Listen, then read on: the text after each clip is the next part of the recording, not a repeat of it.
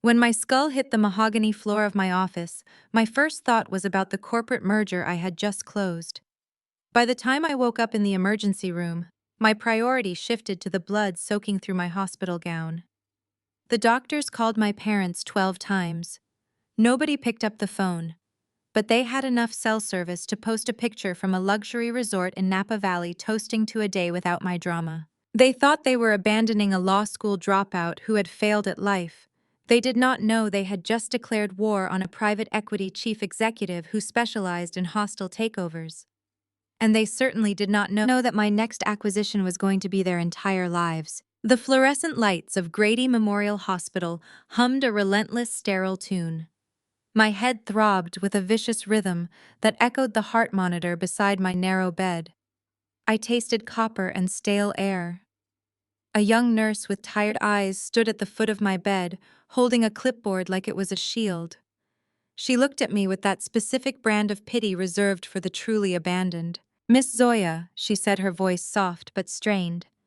"We treated the laceration on your scalp from your collapse, but we have a slight administrative problem. I tried to run your health insurance card again. It was declined. The system is showing a massive defaulted commercial credit line attached to your social security number. All your linked accounts have been frozen by the creditor." I forced myself to sit up, ignoring the sharp spike of pain shooting down my neck. Declined. That was impossible. My accounts held millions of dollars in liquid assets carefully hidden behind layers of corporate shell companies. But my personal health insurance was linked directly to my public identity, the one my family thought was broke and struggling. The nurse shifted uncomfortably. "We also tried calling your emergency contacts. We dialed your mother, your father, and your sister a total of 12 times over the last 3 hours. It went straight to voicemail every single time. I am so sorry. Is there anyone else we can call for you?" I did not answer her immediately. I reached for my phone resting on the plastic tray table beside me. My fingers were still smeared with dried blood, but the screen unlocked with a quick scan of my face. I opened Instagram. The algorithm always knew exactly what would hurt the most, pushing my mother Yolanda straight to the top of my feed. There they were, my mother Yolanda looking immaculate in a silk wrap dress. My father Marcus flashing his signature fake millionaire smile. My older sister Chloe posing like a spoiled princess. And right beside her stood Brad, her arrogant white husband, holding a glass of expensive wine. They were standing on the sunlit balcony of a 5-star resort in Napa Valley. The caption hit me harder than the floor of my office had. "Toasting to a beautiful vacation. Finally, a day without the drama from the problem child. Hashtag Black Excellence. Hashtag Family First." I stared at the screen as the blood from my scalp seeped into the fresh white bandages.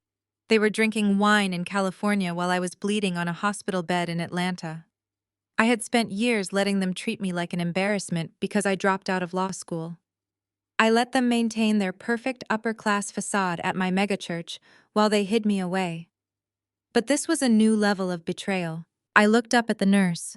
"I do not need you to call anyone," I said, my voice dropping to a cold corporate register. "But I do need you to bring me my discharge papers immediately."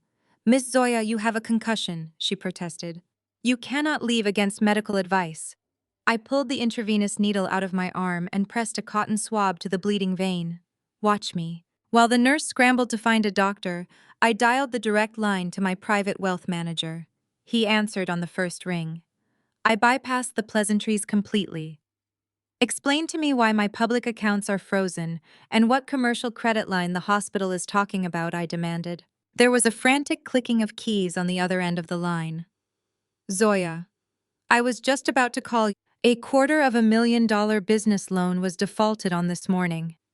It was taken out 3 months ago using your social security number and your signature as the primary guarantor. The funds were transferred directly to an LLC registered under the name Chloe Boutique. My sister. My lazy, entitled sister, who had never worked a hard day in her life, had opened a high-end clothing store. Who authorized this?" I asked, my grip on the phone tightening enough to crack the screen protector. The banker hesitated. The guarantor documents were notarized by a licensed official at Marcus Logistics. My father. Marcus had used his failing trucking company to notarize forged documents. He had actively participated in stealing my identity to fund his golden child, while simultaneously leaving me to deal with the financial ruin. And there was only one person in that family who had the financial access and the sheer audacity to structure a fraudulent loan of that magnitude. Brad, my brother-in-law. The financial advisor who loved to play the white savior to my wealthy-looking but secretly broke African-American family. Cancel my personal cards! I instructed the banker, my tone completely devoid of emotion. Activate my secondary corporate accounts.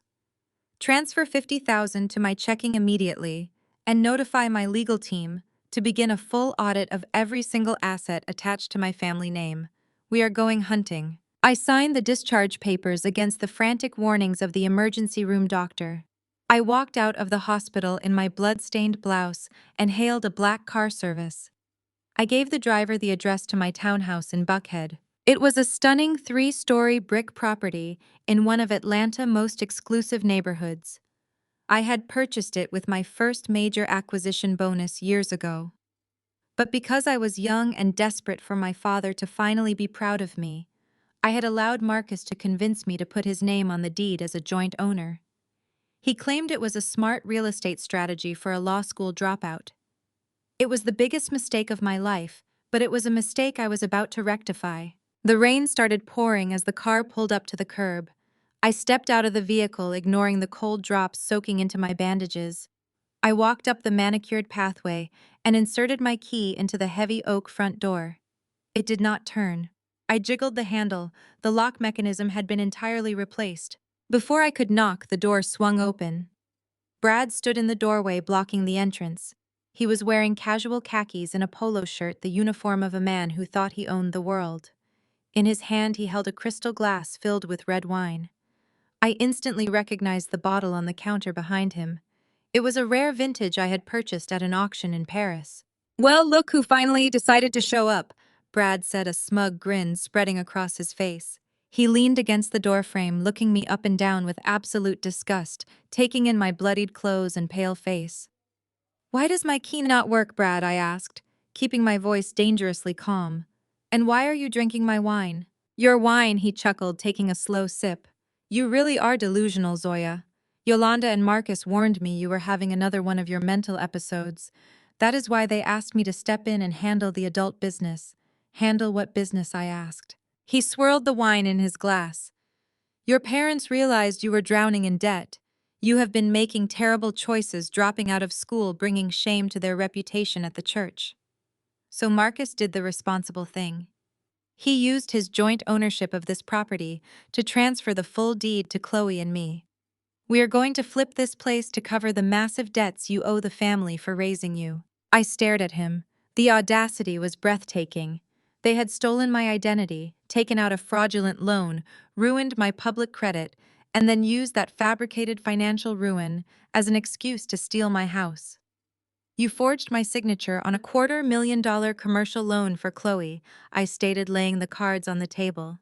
"You committed wire fraud, identity theft, and embezzlement." Brad let out a sharp, patronizing laugh. The kind of laugh a man uses when he thinks he holds all the power over a black woman he views as beneath him. "You have an active imagination, Zoya. Who is going to believe a hysterical broke college dropout with a bleeding head? I am a licensed financial advisor. Your father is a respected business owner. We have notarized documents. You have absolutely nothing." He reached into his pocket, pulled out a crumpled $50 bill, and flicked it at my chest. It fluttered to the wet porch landing by my designer boots. "Your parents said you were mentally unstable." Brad continued, his voice dripping with fake sympathy. "Take the $50. Call an Uber to a homeless shelter or a psychiatric ward. Do not come back here embarrassing the family anymore. Oh, and your garbage bags are out in the alley by the dumpsters. We did not want your cheap clothes ruining the hardwood floors." Through the doorway, I saw Chloe walk into the foyer. She was wearing my silk robe, her hand resting on her stomach. She looked at me standing in the rain, bleeding and betrayed. She did not look guilty. She looked annoyed. "Brad, close the door," she whined, pulling my robe tighter around her body. "The cold air is bad for the baby.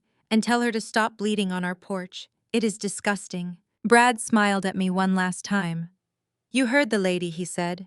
Have a nice life, Zoya. Try not to ruin it this time. He slammed the door in my face. The heavy thud echoed in the pouring rain. I stood there for exactly 10 seconds. I did not cry. I did not scream.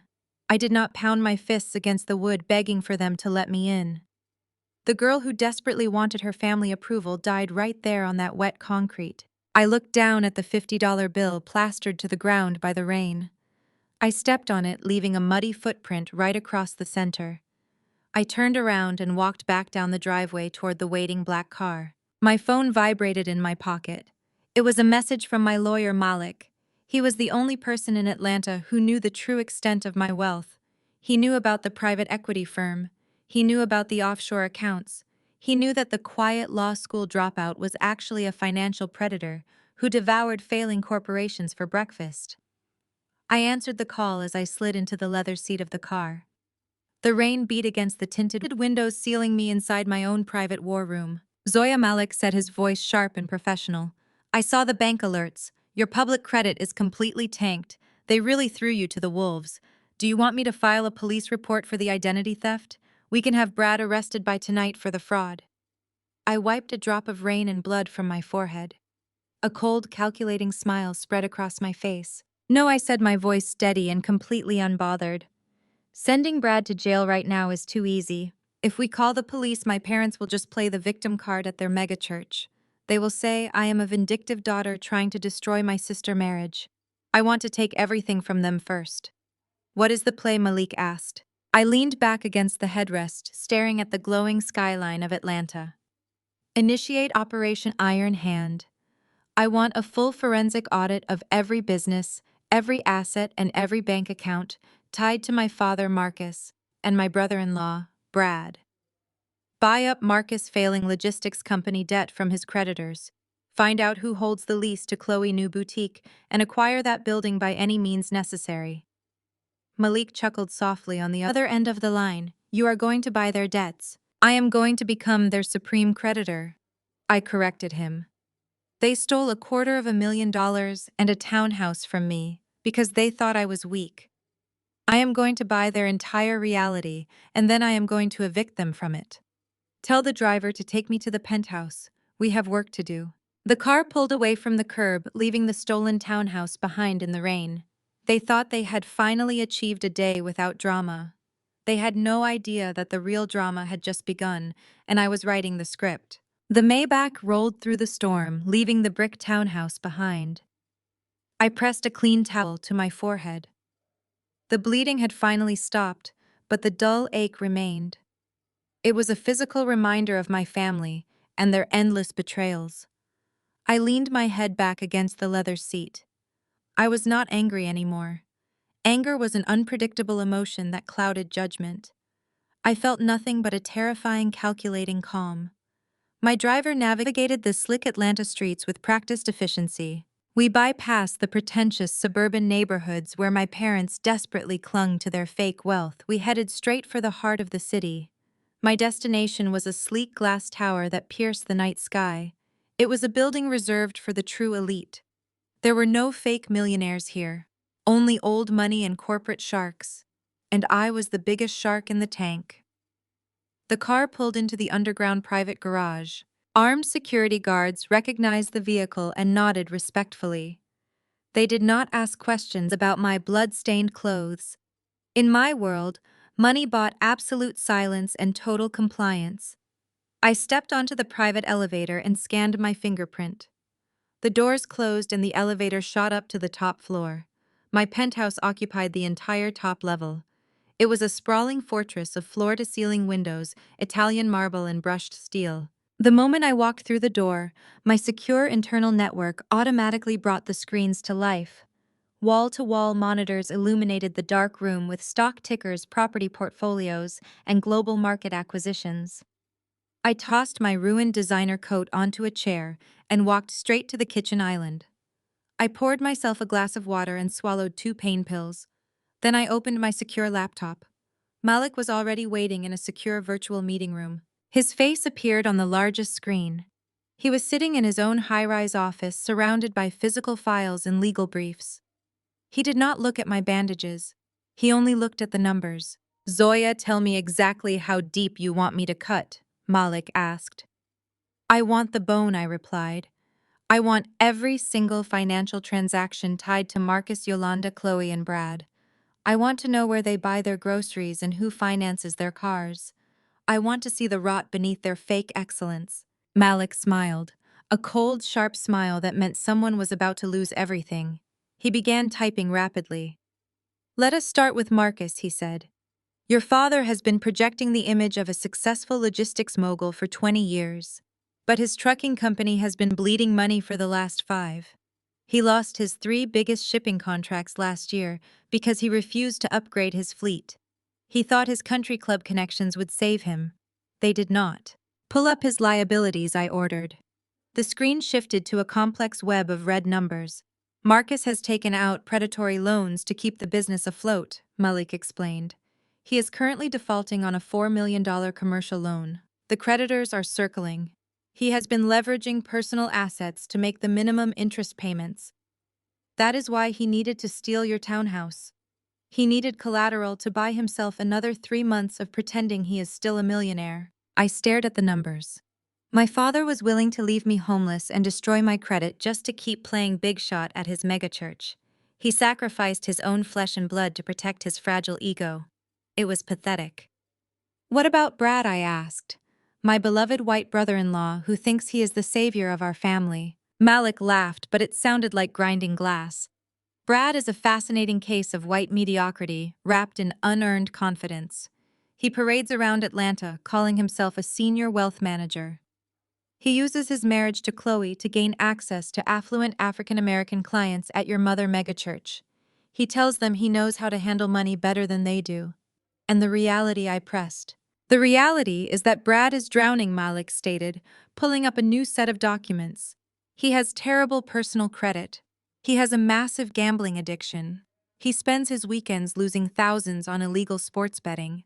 He used your stolen social security number to open the boutique for Chloe because no bank would ever approve a loan in his name. He is completely radioactive." But that was not enough. I needed more. Brad was too arrogant to just stop at credit card fraud. A man like that always pushed the limits. A man who felt superior to his black wife and her family would inevitably steal from them because he believed he was entitled to their wealth. "Look deeper into his connection with the church," I instructed. "My mother Yolanda is the head of the finance committee. She trusts Brad implicitly. She always says a smart white man is exactly what Chloe needed to secure her future. I bet Brad has his hands in the collection plate." Malik nodded and his fingers flew across the keyboard. He hacked into the public tax records and cross-referenced them with the church building fund disclosures. The megachurch was currently raising $10 million for a new community center. Yolanda had proudly appointed Brad as the external financial consultant to manage the investments for the fund. "Give me a minute," Malik muttered, his eyes scanning lines of code and bank routing numbers. "You are right, Zoya. You are absolutely right. Brad has been siphoning money from the church building fund for the past 8 months. He is disguising the transfers as consulting fees and administrative overhead." "How much did he take?" I asked. "Almost $300,000, Malik confirmed. But here's the best part. He did not use it to pay off his gambling debts. He used it to buy a luxury yacht." I leaned forward, resting my elbows on the marble counter. "A yacht?" "Yes," Malik said, projecting the registration documents onto my wall screen. "A 50-foot cruiser docked at Lake Lanier. But it gets even better. The yacht is not registered under his name or Chloe's name. It is registered to a woman named Ashley. She is a 23-year-old receptionist at his wealth management firm." I let out a slow breath. The layers of betrayal were almost artistic in their cruelty. My mother worshipped Brad. She thought he was the ultimate prize for her favorite daughter. She let him insult me and degrade me because she believed his skin color and his job title made him superior. Meanwhile, he was stealing from her sacred church to buy a yacht for his young white mistress while laughing at the entire family behind their backs. And Chloe, my beautiful, useless sister. She spent her days taking selfies in her empty boutique pretending to be a self-made mogul. She belittled my career choices constantly. She told everyone I was a loser who could not hack it in law school. She wore designer clothes bought with my stolen credit and slept in a house stolen with my forged signature. She thought she had won the sibling rivalry because she had a ring on her finger and a store with her name on it. She did not realize the ring was bought with embezzled church funds and the store was a monument to fraud. I told Malik to dig into the boutique inventory. I want to know exactly what she is selling and who her suppliers are, I said. Malik typed for a moment. It is all drop-shipped garbage from overseas, he reported. She repackages cheap fast fashion and marks it up 500%. Her profit margins should be high, but she spends all the revenue on personal luxury items. The business account is overdrawn by $50,000. She is barely keeping the lights on. Perfect, I said. When I take over the building, I am not just going to evict her. I am going to seize the inventory to settle the outstanding rent. I want her to walk out of that store with absolutely nothing but the clothes on her back. Malik sent me the acquisition contracts for Marcus Logistics debt and the commercial plaza. I reviewed the terms carefully. The numbers were large, but to my private equity firm, they were a drop in the bucket. We routinely acquired companies worth hundreds of millions. Buying my family debt was a minor administrative expense. It was the cheapest hostile takeover I had ever executed. I digitally signed the authorization forms using my encrypted corporate credentials. The funds would be wired immediately. By tomorrow morning, the balance of power would permanently shift. I poured myself another glass of water and walked to the kitchen island. I looked at the sleek, modern appliances and the pristine surfaces. This penthouse was a fortress built on absolute independence. No one had co-signed for this. No one had guaranteed the mortgage. I had built my empire in the shadows, working 80-hour weeks, analyzing market trends, executing ruthless buyouts. I had transformed myself from a discarded dropout into a financial apex predator. My family mistook my silence for weakness. They thought my refusal to engage in their petty arguments meant I was defeated. They did not understand that I was simply operating on a completely different level. Lions do not argue with sheep, they just eat them. I told Malik to prepare a dossier on Brad Mistress. I want everything on Ashley, I instructed. I want her bank statements, her social media history, and proof that she knows the yacht was bought with stolen money. If she is complicit, I want her named in the federal indictment alongside Brad. I am going to scorch the earth and I will leave no survivors. Malik nodded, his expression deadly serious. I will have the complete dossier by tomorrow. We will package it neatly for the FBI when the time is right. The blast radius on this is going to be massive, Zoya. The church scandal alone will make national news. Let it burn, I said. Yolanda loves the spotlight. I am just giving her the biggest audience she has ever had. She wanted excellence. I am going to show her exactly what excellence looks like when it is weaponized. I closed the laptop, ending the meeting. The glow of the screens faded, leaving only the ambient light of the city pouring through the windows. I stood in the quiet penthouse, feeling the weight of the coming storm.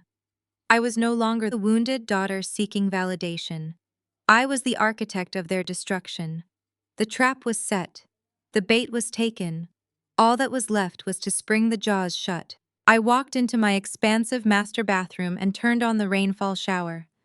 I stripped off the bloodied clothes that Brad had mocked. I watched the dried blood wash down the marble drains, swirling with the soap and hot water. I thought about my father forging my signature without a second thought. I thought about my mother raising a glass of wine to celebrate my absence while I was fighting to stay conscious in a hospital bed. I thought about my sister complaining about me bleeding on her stolen porch. And I thought about Brad tossing a $50 bill at me like I was a beggar on the street. They had demanded a day without drama. They had sacrificed my future to protect their fragile illusions of wealth and superiority. They believed they were untouchable because they attended the right church and wore the right clothes and spoke with the right arrogant cadence. I stepped out of the shower and wrapped myself in a plush white towel. I looked at my reflection in the fogged mirror. The bandage on my head was gone, leaving a jagged, angry cut near my hairline. It would leave a scar. A permanent physical reminder of the night my family died and the shark was born. I walked into my massive walk-in closet. Rows of custom-tailored suits, designer dresses, and expensive jewelry lined the walls. This was the wealth I had built with my own hands. I had dropped out of law school, not because I was a failure, but because I realized the real power was not in arguing the law. The real power was in owning the capital that dictated the law. I ran my fingers over a sharp-tailored crimson blazer. I would wear this to the gala. I would look like blood and power and absolute vengeance. I would walk into their sacred church hall and I would systematically dismantle every single lie they had ever told. My phone chimed on the vanity.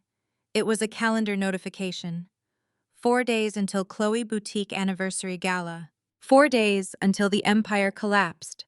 4 days until Marcus realized his company belonged to the daughter he discarded. 4 days until Chloe realized her business was a sham. 4 days until Yolanda faced the truth about her golden son-in-law. And 4 days until Brad realized that the black woman he tried to destroy was the architect of his federal prison sentence. I smiled at my reflection. The real drama had not even started yet. I was just setting the stage. 3 days had passed since I walked out of the rain and into my penthouse. My physical wound had healed into a neat line near my temple, completely hidden by a flawless silk press. The emotional wounds had been cauterized. I spent those 72 hours orchestrating the financial execution of my family. Malik and his team worked around the clock analyzing the rotting foundation of Marcus Logistics and the fraudulent lease agreements of Chloe Boutique. My private equity firm moved with absolute silence and lethal precision. We purchased the $4 million commercial loan my father had defaulted on from his frantic creditors. They were desperate to offload the bad debt, so I bought it for pennies on the dollar. I was now the sole owner of my father and his failing trucking empire. We also acquired the deed to the commercial plaza where Chloe sold her overpriced fast fashion garbage. I held the lease. I held the debt. I held their entire reality in the palm of my hand. The power was intoxicating. I did not feel an ounce of guilt. Guilt was an emotion reserved for people who believed they owed something to their abusers. I owed them nothing but consequences. To celebrate the successful acquisition of my family, I decided to treat myself to dinner. I chose Chop's Lobster Bar, the most exclusive and pretentious steakhouse in the heart of Buckhead, Atlanta. It was a place where old money mingled with new money, and the air smelled of dry aged Wagyu and expensive cigars. I dressed for the occasion. I wore a custom emerald green Tom Ford suit that fit me like a second skin. I paired it with diamond stud earrings and the Cartier watch that contained the recording of Brad and his racist rant. I looked like a woman who owned the city because I practically did. My driver pulled the Maybach up to the valet. I stepped out, letting the cool evening air brush past me. The maitre d' greeted me by name. In my world, you did not need a reservation when your bank accounts dictated the local economy. He escorted me through the dimly lit dining room toward a private leather booth in the back. That was when I heard it. The loud, obnoxious laugh of a woman desperately trying to prove she belonged in a room she could not afford. It was my mother, Yolanda. I paused and looked across the dining room. There they were, squeezed into a large circular table under a crystal chandelier. My entire toxic bloodline was on full display. Marcus was sweating through a cheap suit pretending to be a logistics magnate. Chloe was wearing a flashy dress that probably cost her 3 months of unpaid rent. Brad sat at the center of the table looking like the arrogant white savior he believed himself to be. But they were not alone. Sitting opposite my parents were 2 older white people, radiating quiet judgment and generational wealth. They had tight smiles and stiff postures. They were the parents of Brad. They looked at my African American family like we were a charity project they were forced to endure. Yolanda was leaning forward, code switching so hard her voice sounded completely unnatural. She was trying to impress these white elites by pretending we came from the same world. It was a pathetic display of internalized inferiority. She worshipped Brad because he gave her proximity to whiteness and perceived status. She had no idea that her precious son-in-law was a broke gambling addict who was actively stealing from her sacred megachurch. I did not plan to engage them. I wanted to enjoy my steak in peace and wait for the anniversary gala to drop the guillotine. But Yolanda possessed a supernatural radar for my presence. She looked up from her lobster tail and locked eyes with me. Her fake smile vanished instantly. Her face contorted into a mask of pure disgust. She whispered something to Marcus and Brad. They all turned to look at me. Instead of ignoring me, Yolanda stood up. She excused herself to her wealthy in-laws and marched across the dining room toward my table. She did not care that she was making a scene in a high-end restaurant. Her desire to humiliate me always outweighed her basic manners. She stood over my table and asked what I was doing here. She asked if I was here to beg for leftover food. She said I dropped out of school and did not even have a home anymore. She told me not to embarrass them in front of the wealthy parents of Brad. I slowly picked up my glass of sparkling water and took a sip. I looked at her with utter boredom.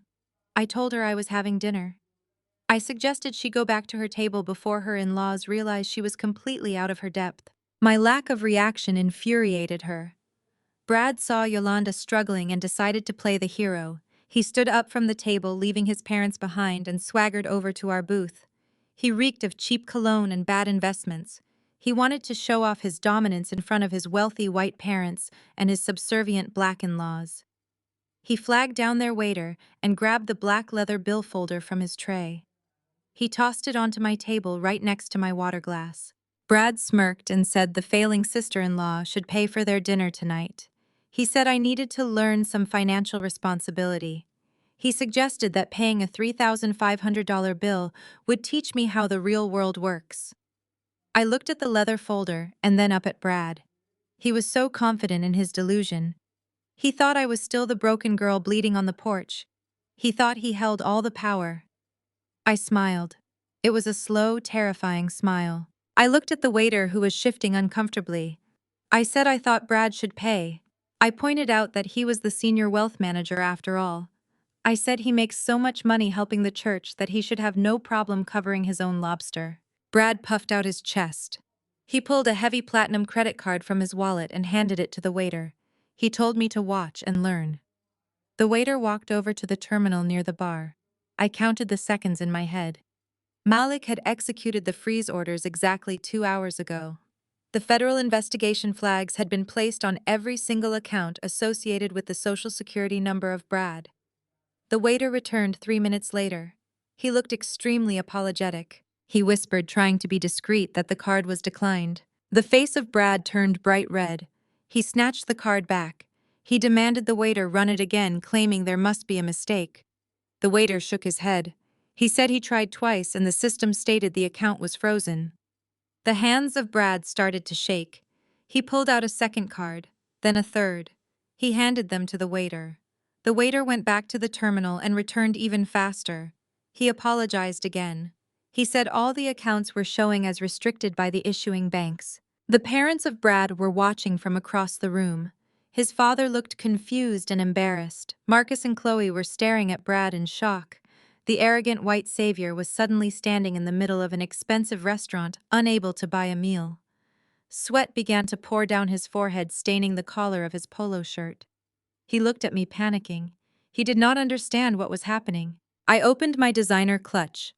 I reached inside and pulled out my American Express Centurion card. The heavy black titanium gleamed under the chandelier light. I handed it to the waiter. I instructed him to put their entire table on my tab. I told him to add a $1,000 tip for himself and thanked him for his excellent service. The waiter took the card with wide eyes and hurried away. I looked at Brad and Yolanda. My mother was speechless. Brad looked like he was going to vomit. I said it was a tragedy. I said the great white financial genius could not even afford his own dinner. I suggested Brad should really check his bank statements because you never know when a federal audit might ruin your appetite. Yolanda was trembling with humiliation. She had tried to humiliate me, but I had just bought her entire existence in front of her prestigious in-laws. She needed to regain control. She needed to assert her dominance over the child she hated. She pointed a shaking manicured finger at my face. She hissed that I thought I was so smart.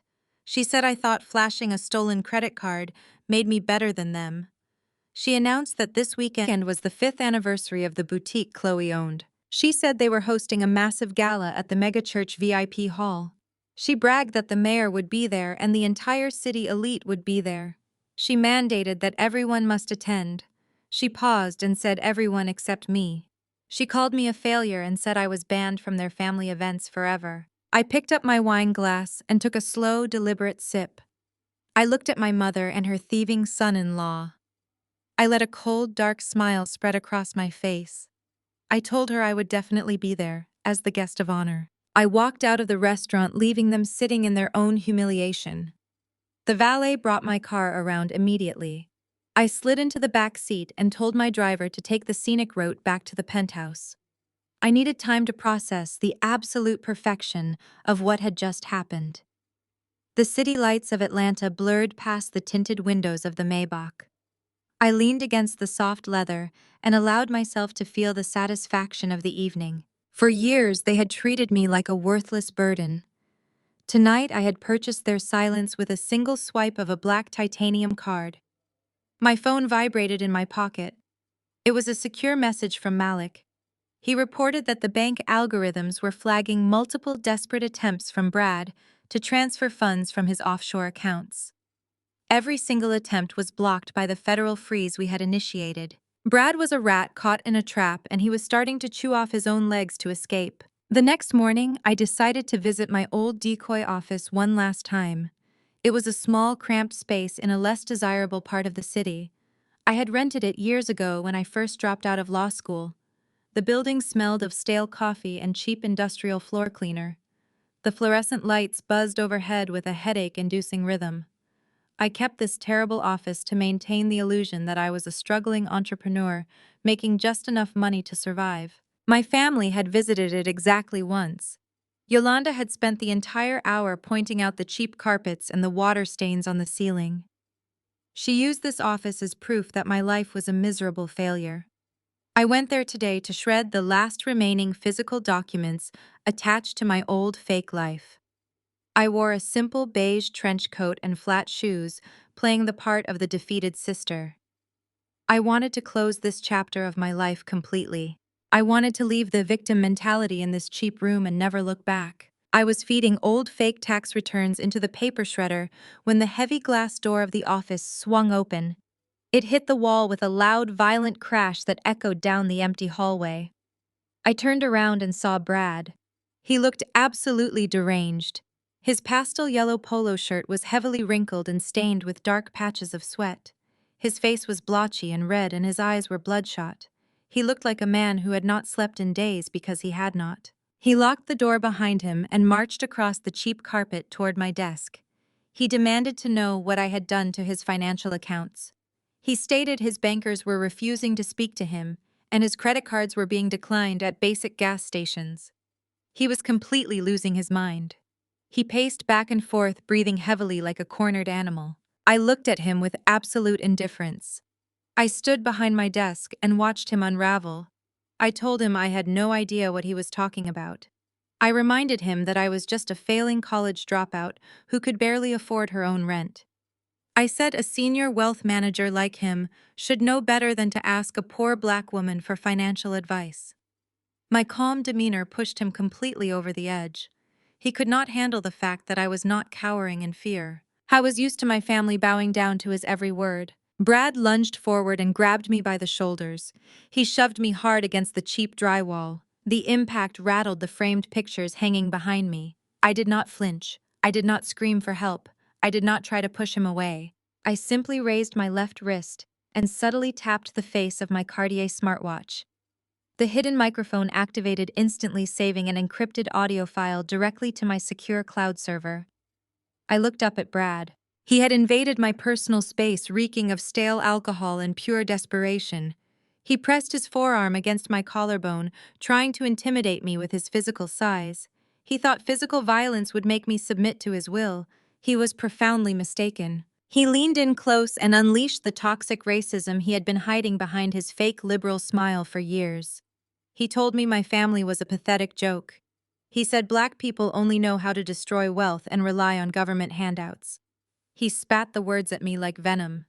He claimed my father Marcus was an absolute idiot who ran his logistics company into the ground because he lacked basic intelligence and business acumen. He said Yolanda was a superficial fool who worshipped the ground he walked on just because he was a wealthy white man with a decent haircut. He said without a smart white guy like him, my entire family would be living on the streets in the ghetto. He bragged about how he manipulated my mother at the megachurch and how easy it was to control people who were so desperate for white validation. Brad laughed right in my face. He sneered and asked if I really thought a ghetto dropout could successfully sue a licensed financial advisor. He said the courts in Georgia would look at my skin color and laugh me out of the building. He said the police would always believe a white man in a suit over a black woman in a cheap office. He said he owned Chloe and he owned Marcus, and he practically owned the entire church congregation. He called me a failure and a loser and a stain on society. He said I was going to rot in this cheap office while he figured out how to unfreeze his accounts and ruin my life. I let him finish his entire disgusting monologue. I let him dig his own grave with his own hateful words. Every single racist syllable was being uploaded to my private server in real time. When he finally ran out of breath, he glared at me, expecting me to cry. I slowly reached up and gripped his wrist. I did not use anger. Anger was for the weak. I used the quiet, terrifying strength of a woman who held his entire future in her hands. I peeled his arm off my chest with slow, deliberate force. I brushed my trench coat like he had soiled the fabric with his touch. I looked deep into his bloodshot eyes. I told him he was absolutely right about one thing. I told him I was not going to sue him. I took a step forward, forcing him to back away from me. I told him lawsuits were for people who wanted the justice system to handle their problems. I said I did not want justice. I said I was going to buy him. I told him I was going to purchase his entire existence, his debts, his assets, his fake business, and his fraudulent life. I told him I was going to liquidate his reality for spare parts. Brad stared at me in total silence. He was trying to comprehend the absolute lack of fear in my voice. He expected a weeping victim, but he was looking into the eyes of an apex predator. He stumbled backward, his arrogant facade cracking under the weight of my cold certainty. He pointed a shaking finger at me and called me crazy. He turned around and fumbled with the door lock. His hands were shaking so badly he could barely turn the deadbolt. He finally threw the door open and ran out into the hallway. I watched him flee down the corridor like a terrified child. He was a dead man walking, and he did not even know it yet. I walked back to my desk and stopped the recording on my watch. I sent the pristine audio file directly to Malik. My phone buzzed almost immediately. It was a secure encrypted brief from my legal team. Malik had been busy while I was dealing with the racist meltdown. I opened the file and smiled. Malik had finally cracked the last layer of the financial accounts Brad thought were expertly hidden. The money Brad had been embezzling from the megachurch building fund was not just sitting in a boring offshore bank account. He had used the stolen church donations to purchase a massive luxury yacht. I scrolled through the documents Malik had provided.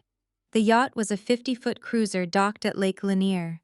But the yacht was not registered in his name, or the name of his consulting firm.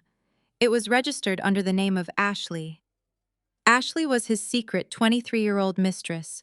She was a junior receptionist at his wealth management office. Brad had literally stolen hundreds of thousands of dollars from the collection plate of a predominantly black megachurch to buy a luxury boat for his young white mistress.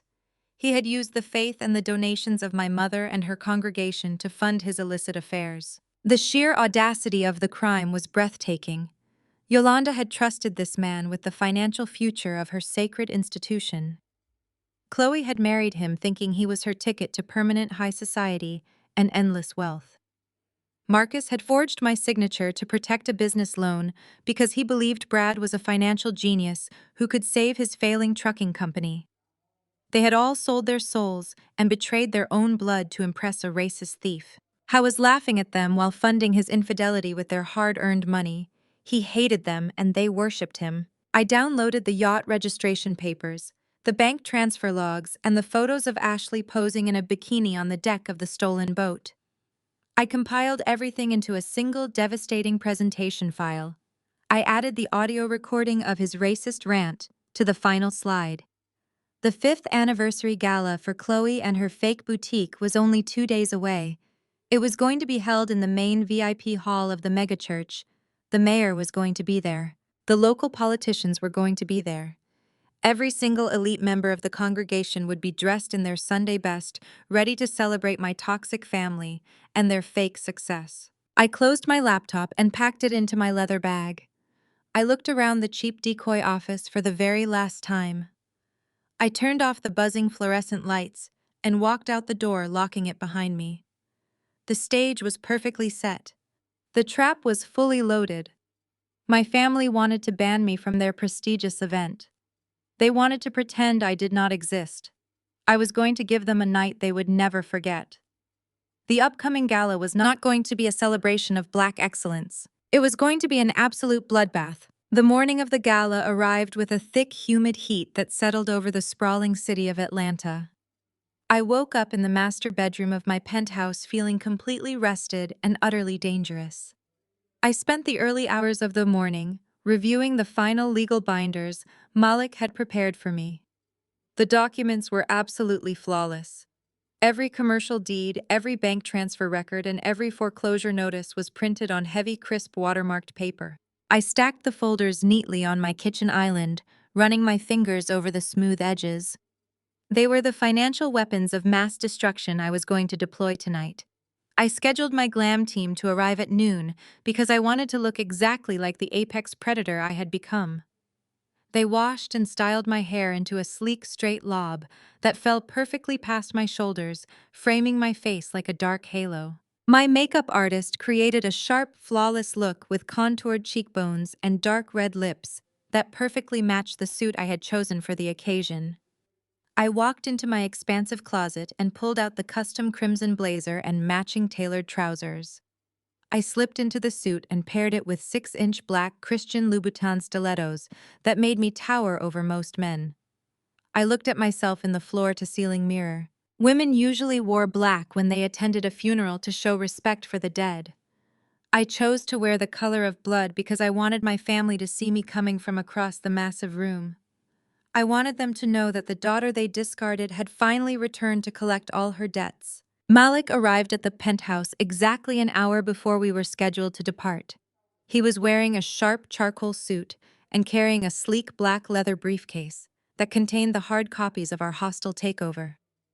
Two massive men in dark tailored suits stepped out of the private elevator right behind him. They were private security contractors Malik had hired for the evening. We were walking into a room full of arrogant men and desperate women who were about to lose their entire livelihoods. We needed to be fully prepared for any physical escalation from Brad or my father. I nodded at the security team and picked up my designer clutch. It was time to go to church and deliver a sermon they would never forget. My black Maybach pulled up to the grand entrance of the mega church. The building was a massive, modern, architectural marvel of glass and white stone, sitting on prime real estate. It was designed to look like a beacon of hope and faith, but it actually functioned more like a luxury country club for the black elite of the city. The VIP parking lot was packed with expensive German sedans and massive luxury SUVs. The VIP hall was located in the newest wing of the church complex. It was a beautiful space usually reserved for high-profile charity dinners and exclusive political fundraisers. Tonight, it was hosting the 5th anniversary celebration of the boutique Chloe pretended to run. The hypocrisy of the entire event was staggering to witness. They were throwing a lavish, extravagant party to celebrate a failing retail business that was actively drowning in debt and entirely funded by stolen identity fraud. We stepped out of the car and walked up the wide stone steps leading to the main entrance. My bodyguards flanked me on either side, while Malik walked a half step behind me carrying the briefcase. We bypassed the regular check-in line at the front desk and walked straight through the heavy double doors. The VIP hall was spectacular in its sheer excess. Massive crystal chandeliers hung from the vaulted ceilings, casting a warm golden glow over the enormous room. Giant floral arrangements of expensive white roses and rare orchids sat on every single table. The room was packed with hundreds of guests, dressed in their absolute Sunday best. I saw local city politicians shaking hands with prominent business owners. I saw the mayor laughing near the open bar surrounded by church elders. The air was filled with the smooth sound of a live jazz band and the constant clinking of expensive champagne glasses. It was a perfectly orchestrated illusion of black excellence. And right in the center of the room, holding court like absolute royalty, was my toxic family. Marcus was standing near the edge of the main stage wearing a tuxedo that he definitely could not afford. He was shaking hands with wealthy church elders, projecting the flawless image of a successful logistics tycoon. He laughed loudly, clapping another man on the shoulder with fake enthusiasm. He looked so incredibly proud of himself and his fake empire. He had absolutely no idea that his entire trucking company now legally belonged to the daughter he had tried to leave homeless on a wet porch. Chloe and Brad were standing near a massive custom ice sculpture that spelled out the name of her boutique. Chloe was wearing a flashy silver designer gown that caught the chandelier light every time she moved. She was holding a microphone, laughing and making sure everyone in the room noticed her. Brad stood next to her wearing a custom navy suit and an arrogant smirk. He had his arm wrapped tightly around her waist. I was playing the role of the devoted white husband, supporting his beautiful black wife.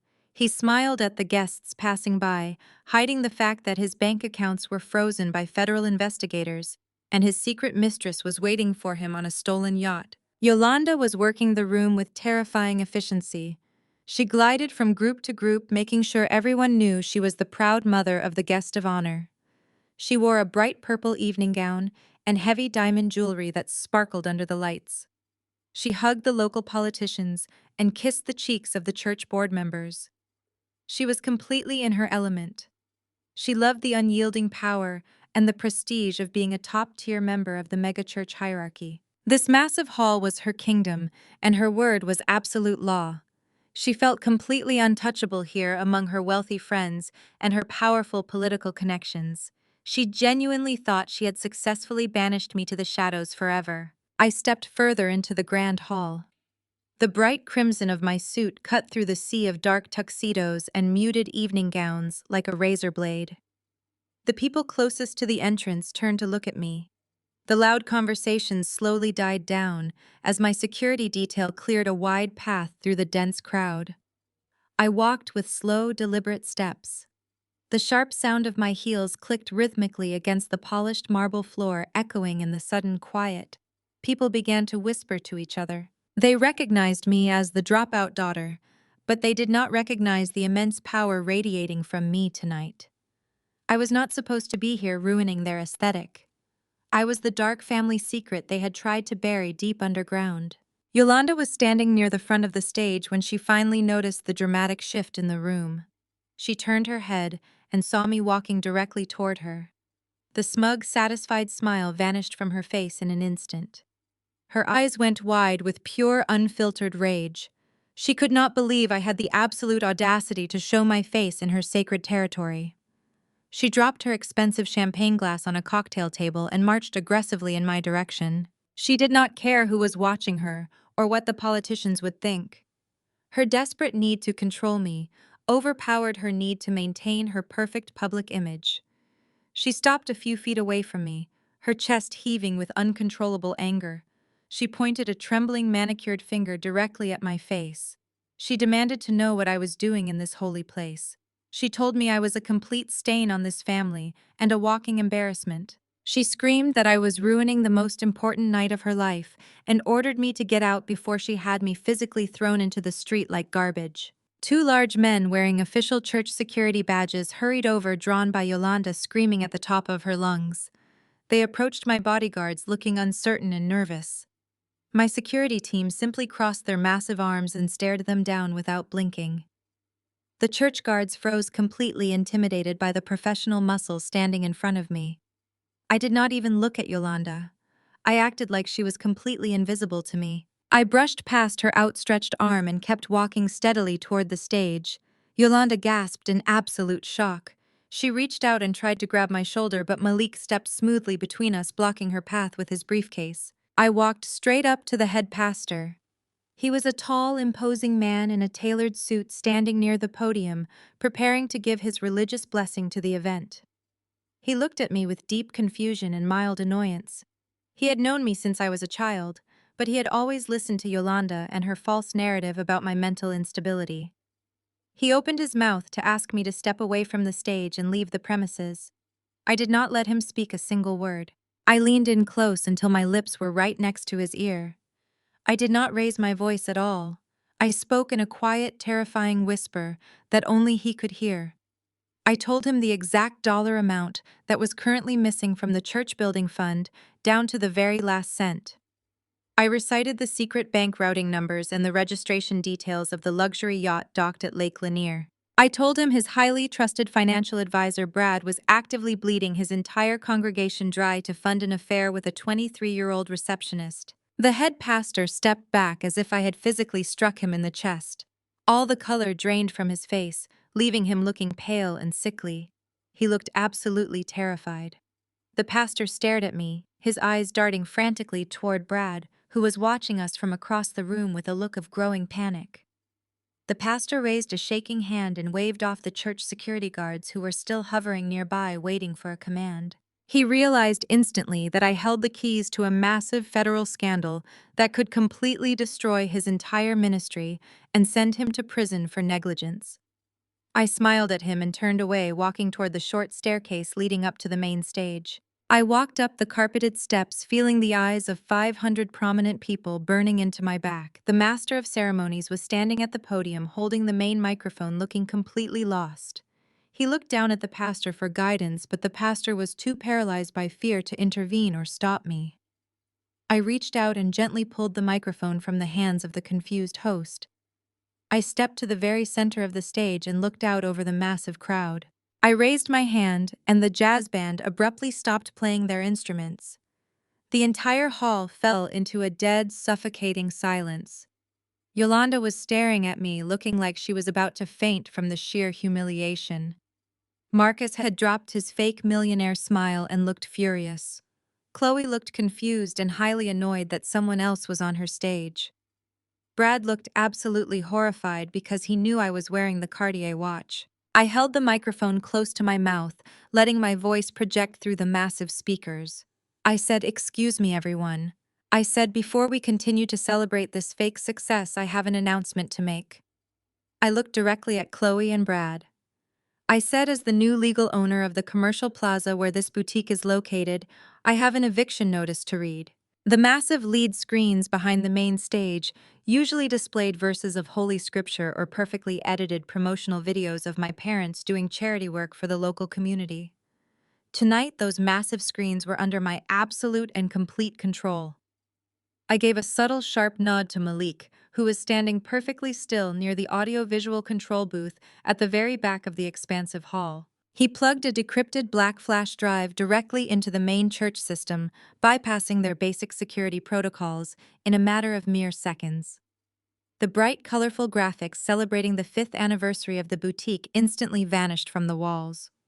The massive screens went entirely black for a fraction of a second before flashing back to life with a blinding, stark white light. A collective heavy gasp rippled through the audience of 500 elite guests as giant high-definition images of legal documents illuminated the entire sanctuary. The documents were impossible to misunderstand or ignore in any capacity. They were certified commercial property deeds, stamped heavily with the official seal of the state of Georgia. My full legal name was printed in bold black letters across the top of every single page, clearly identifying me as the sole owner of the commercial plaza in downtown Atlanta.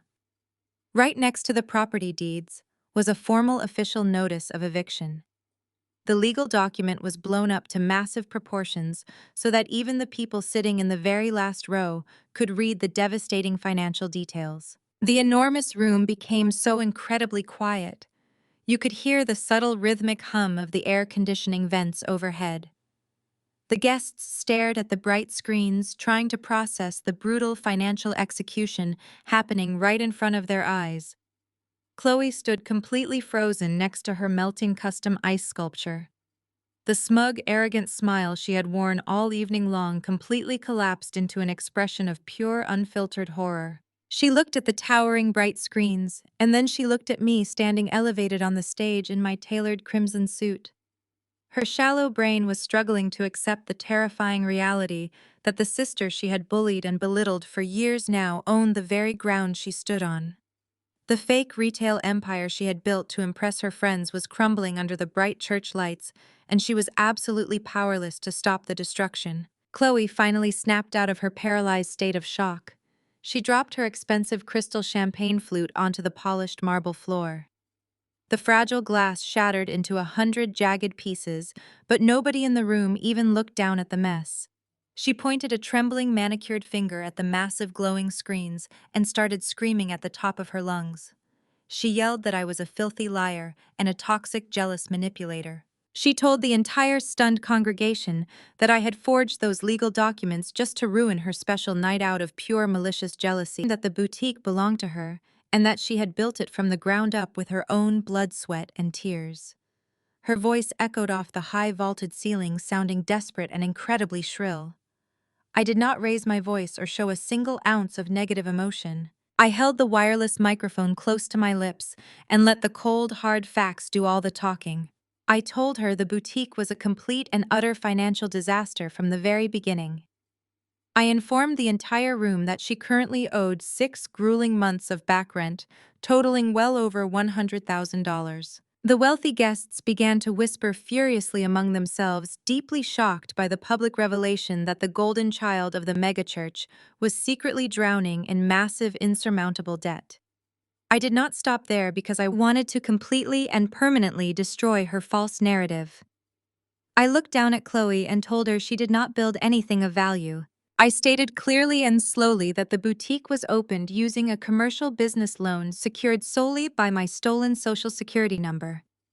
I told her the eviction notice displayed on the screen was not a future empty threat, but an active legal reality happening at this very moment.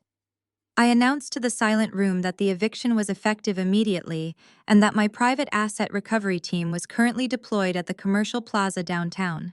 I told her they were changing the brass locks and seizing every single piece of cheap imported inventory in her store to settle her massive outstanding debts to my firm. I said by the time this pathetic anniversary party ended, she would not even own the plastic mannequins standing in the display window. The quiet whispers in the crowd rapidly escalated into a loud, chaotic murmur of disbelief. The prominent local politicians and wealthy church elders were shifting uncomfortably in their seats. They were witnessing the total public destruction of a family they had respected and elevated for decades. Yolanda was clutching her chest dramatically, looking like she might pass out from the sheer public humiliation of the moment. But the most aggressive and vocal reaction did not come from my parents or my sister. It came from the wealthy white parents of Brad. They had been sitting at a premium reserved table near the front of the stage, judging everyone in the room all evening long. Now they stood up abruptly, their faces red with indignation and deeply misplaced racial superiority. The mother of Brad glared at me with absolute searing contempt. She yelled that I was a bitter, jealous woman, making up ridiculous stories to attack her highly successful son and his lovely, innocent wife. The father of Brad joined the verbal assault, pointing an angry, shaking finger at the stage. He raised his voice and told the shocked crowd to ignore my blatant lies. He called me an uneducated dropout who was just trying to extort money from decent, hardworking people. He actually used the highly offensive word ghetto to describe my behavior in a room full of affluent African American professionals. The absolute audacity of his statement was truly staggering to witness firsthand. They felt so incredibly protected by their immense wealth and their whiteness that they thought they could openly insult me in a space they did not even belong in. They truly believed they could shield their son from the severe legal consequences of his own criminal actions by simply attacking my character and my background. I looked at the parents of Brad and felt a deep, satisfying sense of anticipation burning in my chest. They had absolutely no idea that they were fiercely defending a man who was about to bring eternal public shame and federal indictments to their pristine family name. Brad was sweating profusely under the bright sanctuary lights. His tailored navy suit looked heavy and suffocating as the dark, grim reality of his situation closed in around him. He saw his parents loudly defending him and realized he needed to take immediate drastic action before the narrative slipped completely out of his control. He decided he needed to silence me by any physical means necessary. He pushed his way roughly past his weeping wife Chloe and marched aggressively toward the short wooden stairs leading up to the main stage. He moved with the desperate, frantic energy of a trapped man whose entire curated life was rapidly evaporating into thin air. My private security guards immediately stepped forward to intercept his hostile advance. They were massive, highly trained men who could have easily thrown Brad across the room and broken his bones without breaking a single sweat. I raised my left hand and gave them a subtle visual gesture to stand down and hold their positions. I wanted Brad exactly where he was. I wanted him to climb onto the stage and face me directly under the bright, illuminating spotlights. I wanted everyone in the entire expansive room to see the great white financial savior reduced to a panicking, trembling mess of a man. Brad rushed up the carpeted steps and lunged toward the wooden podium. He reached out with both shaking hands to snatch the microphone away from me.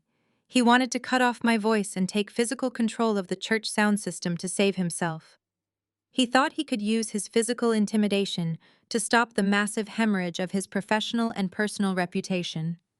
He was entirely and tragically mistaken about my resolve.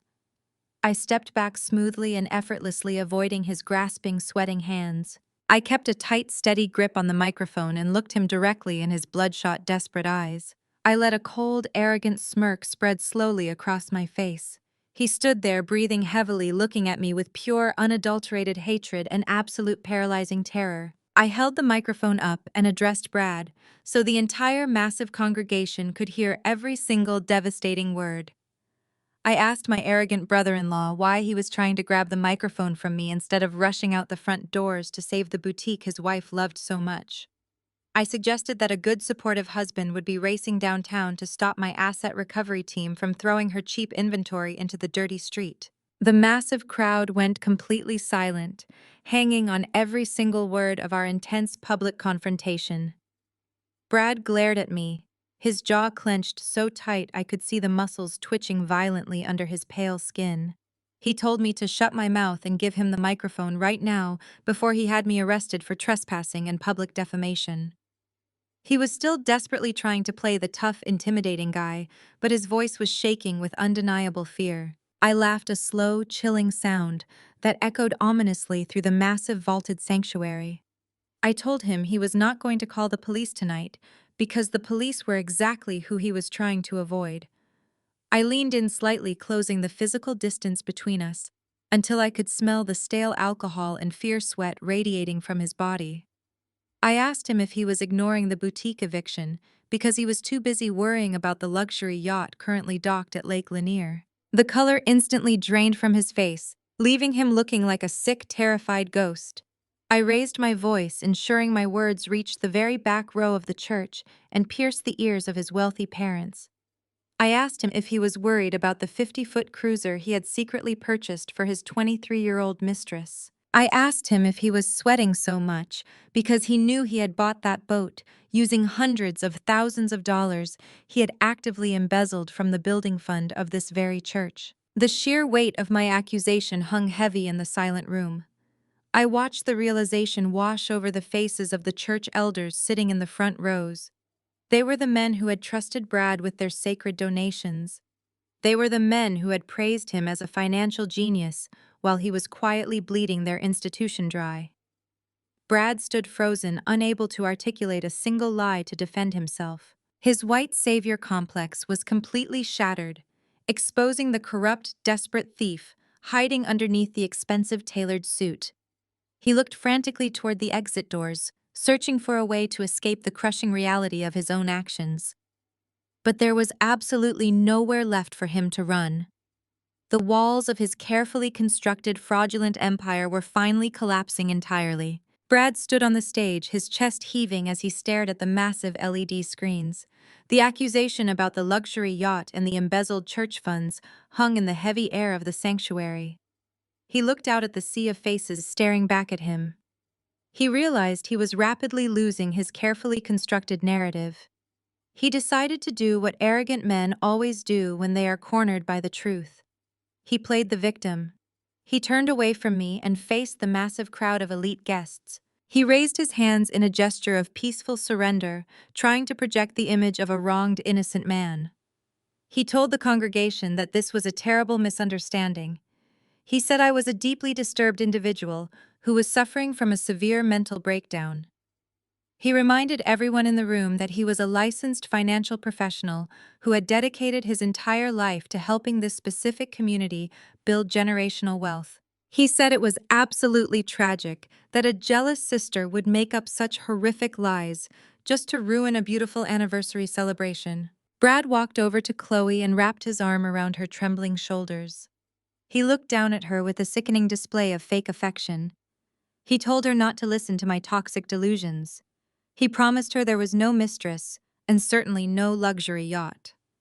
He said I was just a bitter law school dropout who could not handle the fact that she had built a successful boutique and a perfect marriage. I then looked directly at the head pastor, who was still standing near the edge of the stage, looking pale and sick. Brad told the pastor that the church building fund was perfectly secure in high-yield offshore accounts.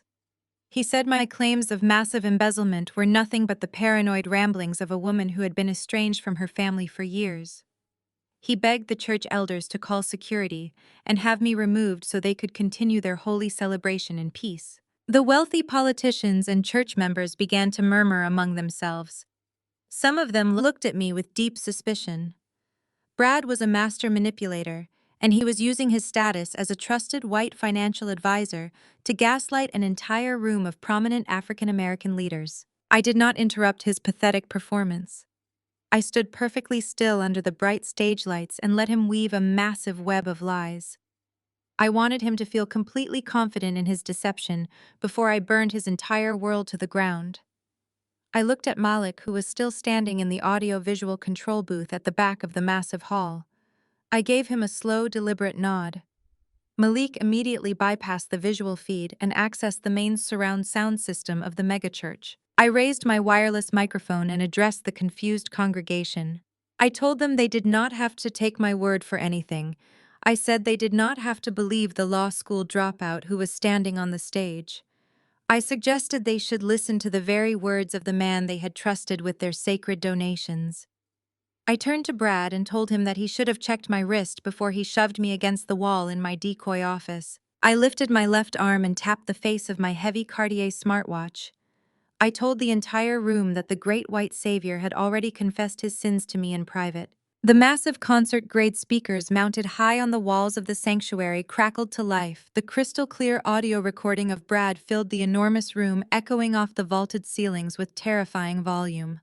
The crowd heard the violent sound of a body being shoved hard against drywall.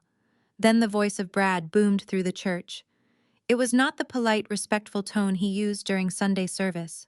It was the vicious, hateful voice of a man who believed he was completely untouchable.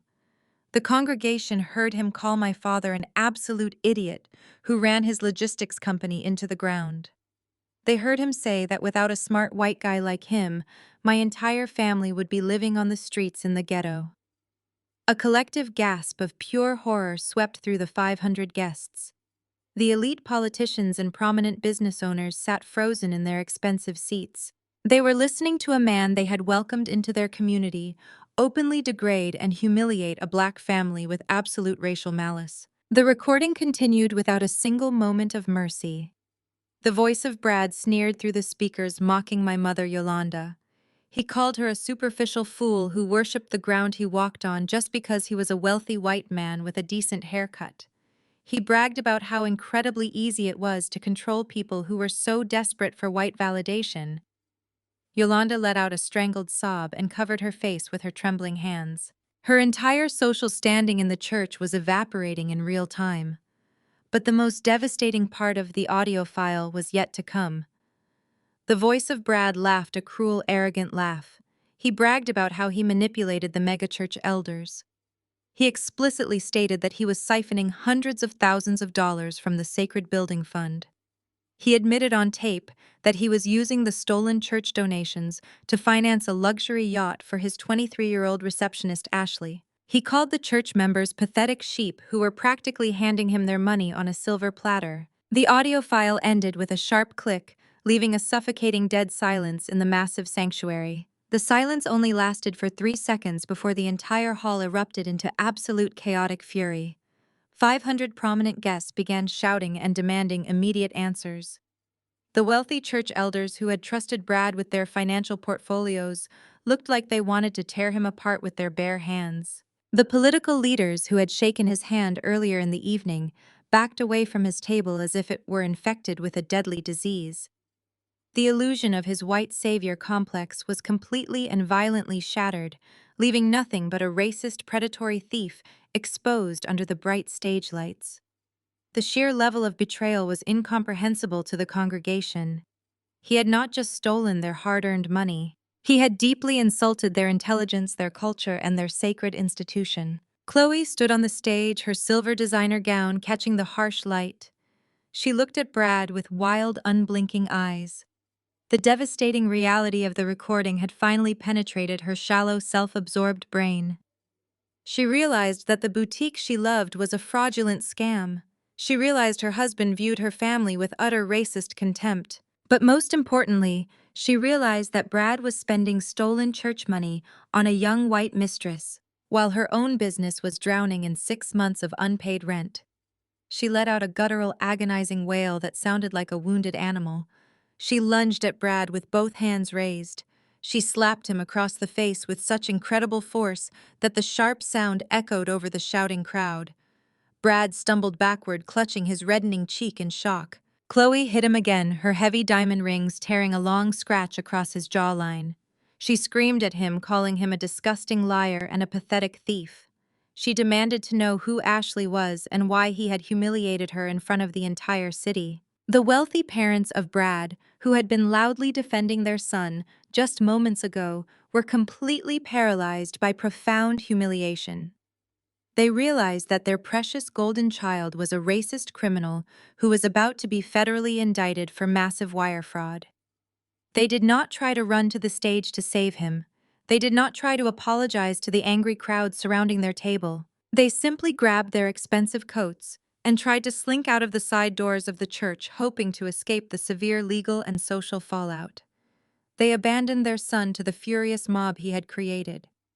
At the very edge of the stage, the head pastor finally snapped out of his state of paralyzing shock. He pulled his smartphone from his tailored suit jacket.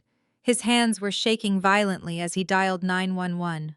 I did not care about maintaining the perfect image of the megachurch anymore. He spoke frantically to the emergency dispatcher, reporting a massive ongoing embezzlement scheme and requesting immediate police presence to arrest his senior financial advisor. The sound of his panicked voice ordering the arrest of Brad was the ultimate music to my ears. The entire carefully curated world of my family was burning to the ground in a spectacular public inferno. Marcus stood in the center of the chaos, watching his fake logistics empire and his fake family reputation turn into a massive federal crime scene. He saw the local politicians leaving in disgust. He saw the church elders calling the authorities. He saw his golden daughter weeping on the stage and his perfect son-in-law bleeding from a vicious slap. His mind could not process the fact that he was the one who caused this by stealing my identity and forging my signature. He needed a scapegoat. He needed someone to blame for the total destruction of his fragile male ego. He locked his furious eyes on me. I was standing calmly near the podium watching the absolute carnage unfold exactly as I had meticulously planned. Marcus let out a terrifying roar of pure, unadulterated rage. He charged toward the wooden steps of the stage, pushing past terrified guests and stumbling chairs. He stomped up the stairs, his face purple with explosive anger. He completely ignored his weeping daughter and his bleeding son-in-law. He marched directly toward me, his large fists clenched tightly at his sides. He screamed that I had maliciously destroyed the honor of this family. He called me a vicious animal who only wanted to see them suffer.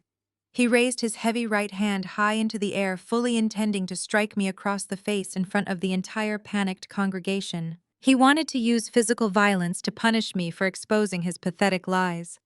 He threw his hand forward with all his remaining strength. I did not flinch. I did not step back. I simply raised my arm and caught his descending wrist in midair with effortless, calculated precision. My grip was like a steel vise, locking his arm completely in place. I looked deep into his terrified eyes. My own eyes were dead cold and completely devoid of any familial mercy. Marcus tried to pull his arm back, but my grip was unyielding. He was a large, imposing man who had spent his entire life using his physical presence to intimidate his family and his employees. He expected me to cower the moment he raised his hand. He expected the terrified little girl who had dropped out of law school to surface and beg for his forgiveness. He did not realize he was wrestling with a woman who routinely destroyed massive corporate entities before lunch. The shock on his face was palpable as he struggled against my hold. He realized in that specific moment that he could not overpower me physically. I let go of his wrist and pushed his arm back toward him with a sharp, dismissive motion. He stumbled backward, catching his balance against the wooden podium. He rubbed his wrist, looking at me with a mixture of confusion and boiling rage. The entire congregation was watching this humiliating physical defeat. He knew he was losing the last shred of his dignity in front of the most prominent African American leaders in Atlanta. He turned his back to me and faced the shocked crowd. He raised his hands in a gesture of paternal sorrow and desperate pleading. He told the silent room that he was deeply ashamed of the spectacle happening tonight. He said his daughter Zoya was a deeply troubled woman who had suffered a complete mental collapse years ago. He projected his deep baritone voice across the sanctuary, adopting the tone of a grieving, heartbroken father. He told the politicians and the church elders that I had been estranged from the family because I refused to seek psychiatric help. He claimed I was projecting my own profound failures onto his successful business and the beautiful marriage of my sister Chloe. He begged the congregation to forgive this massive disruption. He said it was a tragic consequence of untreated mental illness. He asked the church security to please escort his sick daughter out of the building so she could finally get the medical attention she so desperately needed. He played the role of the benevolent, suffering patriarch with absolute perfection. Several people in the crowd began to murmur sympathetically. They were inclined to believe a respected older black man over an angry younger woman. Marcus turned his head slightly and shot me a triumphant, malicious glare. I thought he had successfully manipulated the narrative and regained control of the room. He genuinely believed that his deep, booming voice and his expensive fake tuxedo would be enough to silence me permanently. He assumed I would shrink back into the shadows and let him rewrite history exactly the way he wanted. He was so completely blinded by his own narcissism that he failed to notice the predatory stillness settling over my posture. I was merely letting him dig a deeper hole for himself to fall into. The deeper the hole, the harder it would be for him to ever climb out. I stood perfectly still and let him finish his entire pathetic performance. I did not raise my voice to interrupt him. I did not scream that he was a liar. I looked over at Malik, who was still monitoring the situation with predatory focus. I gave him a slight gesture with my hand. He was carrying his sleek black leather briefcase. Malik approached me and opened the briefcase, revealing thick stacks of heavy legal folders. He handed me the largest file, which was bound with thick red legal tape. The folder contained the complete comprehensive financial autopsy of Marcus Logistics. I held the heavy stack of documents in my hands, feeling the absolute weight of his impending destruction. I walked slowly toward Marcus, closing the physical distance between us until I was standing less than 2 feet away. He tried to maintain his posture of paternal authority, but I could see the tiny beads of sweat forming on his forehead. I told the congregation that it was truly fascinating to hear my father speak about untreated mental illness. I said it was even more fascinating to hear him speak about his highly successful business and his pristine family honor. I raised the thick legal folder high into the air, so the bright stage lights illuminated the official watermarks and the heavy red binding. I asked Marcus directly if his definition of family honor included committing massive federal bank fraud to save his own fragile ego. The murmurs in the crowd instantly died down. The sympathetic expressions on the faces of the church elders shifted into looks of sharp suspicion. Marcus opened his mouth to tell another lie, but the words completely failed to materialize. His eyes were locked onto the heavy legal folder in my hands. He recognized the specific logo of the commercial lending bank printed on the front cover. I did not give him a single second to recover his breath. I dropped the massive stack of uniform commercial code foreclosure files directly at his expensive leather shoes. The heavy documents hit the wooden stage floor with a loud, echoing thud that sounded like a judge bringing down a gavel. I told the entire room exactly what those documents contained. I said they were the official certified records of a man who had completely run his trucking company into the ground due to sheer incompetence and unyielding arrogance. I explained that these papers were not mere accusations, but solid, irrefutable proof of a failing empire. I watched the realization dawn on the faces of the wealthy investors in the front row. The men who had respected him were now looking at him like he was a contagious disease. I kept my voice loud and perfectly steady, ensuring every single word cut through the heavy air of the sanctuary. I told the prominent guests that Marcus had defaulted on a $4 million commercial loan because he lost all of his major shipping contracts. I looked directly at the mayor of Atlanta, who was sitting in the second row, looking absolutely stunned. I told the crowd that Marcus had used the notary public at his own company to forge my signature on legally binding financial documents. I said he had maliciously leveraged my clean credit to secure emergency funding for a business that was already dead in the water. I pointed down at the foreclosure files resting against his shoes. I said he had secretly mortgaged the family mansion in the suburbs to cover his minimum interest payments, leaving his own wife Yolanda entirely exposed to complete financial ruin. Marcus started shaking his head back and forth, his eyes wide with absolute panic. He tried to tell the crowd that the documents were fake, but his voice came out as a weak, pathetic croak. He realized the exact magnitude of what I had done. He realized I had not just uncovered his massive financial crimes, I had methodically weaponized them. I took a step closer, forcing him to look directly into my eyes. I told him he should never have stolen my townhouse and changed the locks. I told him he should have answered the phone when the emergency room doctors called him while I was bleeding on the floor. I said his decision to ignore me while drinking wine in Napa Valley was the most expensive mistake he would ever make in his entire miserable life. I announced to the silent congregation that my private equity firm had officially purchased the $4 million debt from his frantic creditors just 48 hours ago. I stated that I had bought his entire company for pennies on the dollar because his creditors were desperate to dump his toxic assets.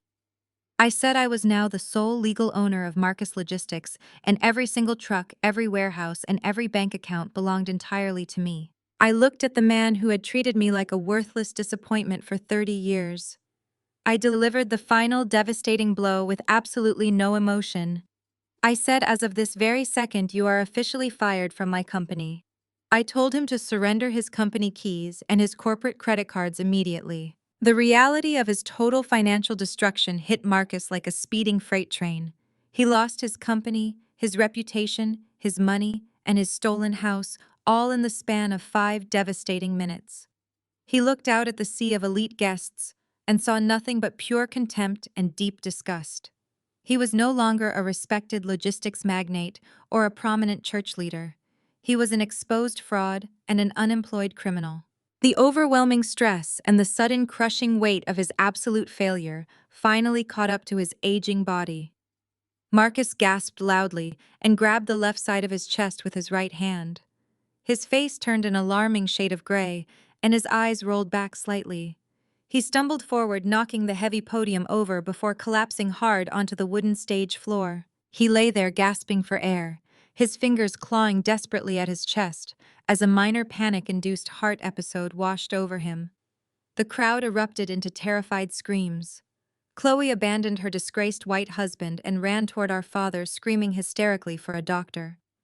I did not move a single inch. I stood directly over Marcus, looking down at his trembling, pathetic form with complete and utter indifference. I did not reach out to hold his hand. I watched him struggle to breathe on the same stage where he had tried to humiliate me moments before. I turned my head slowly and looked at Malik.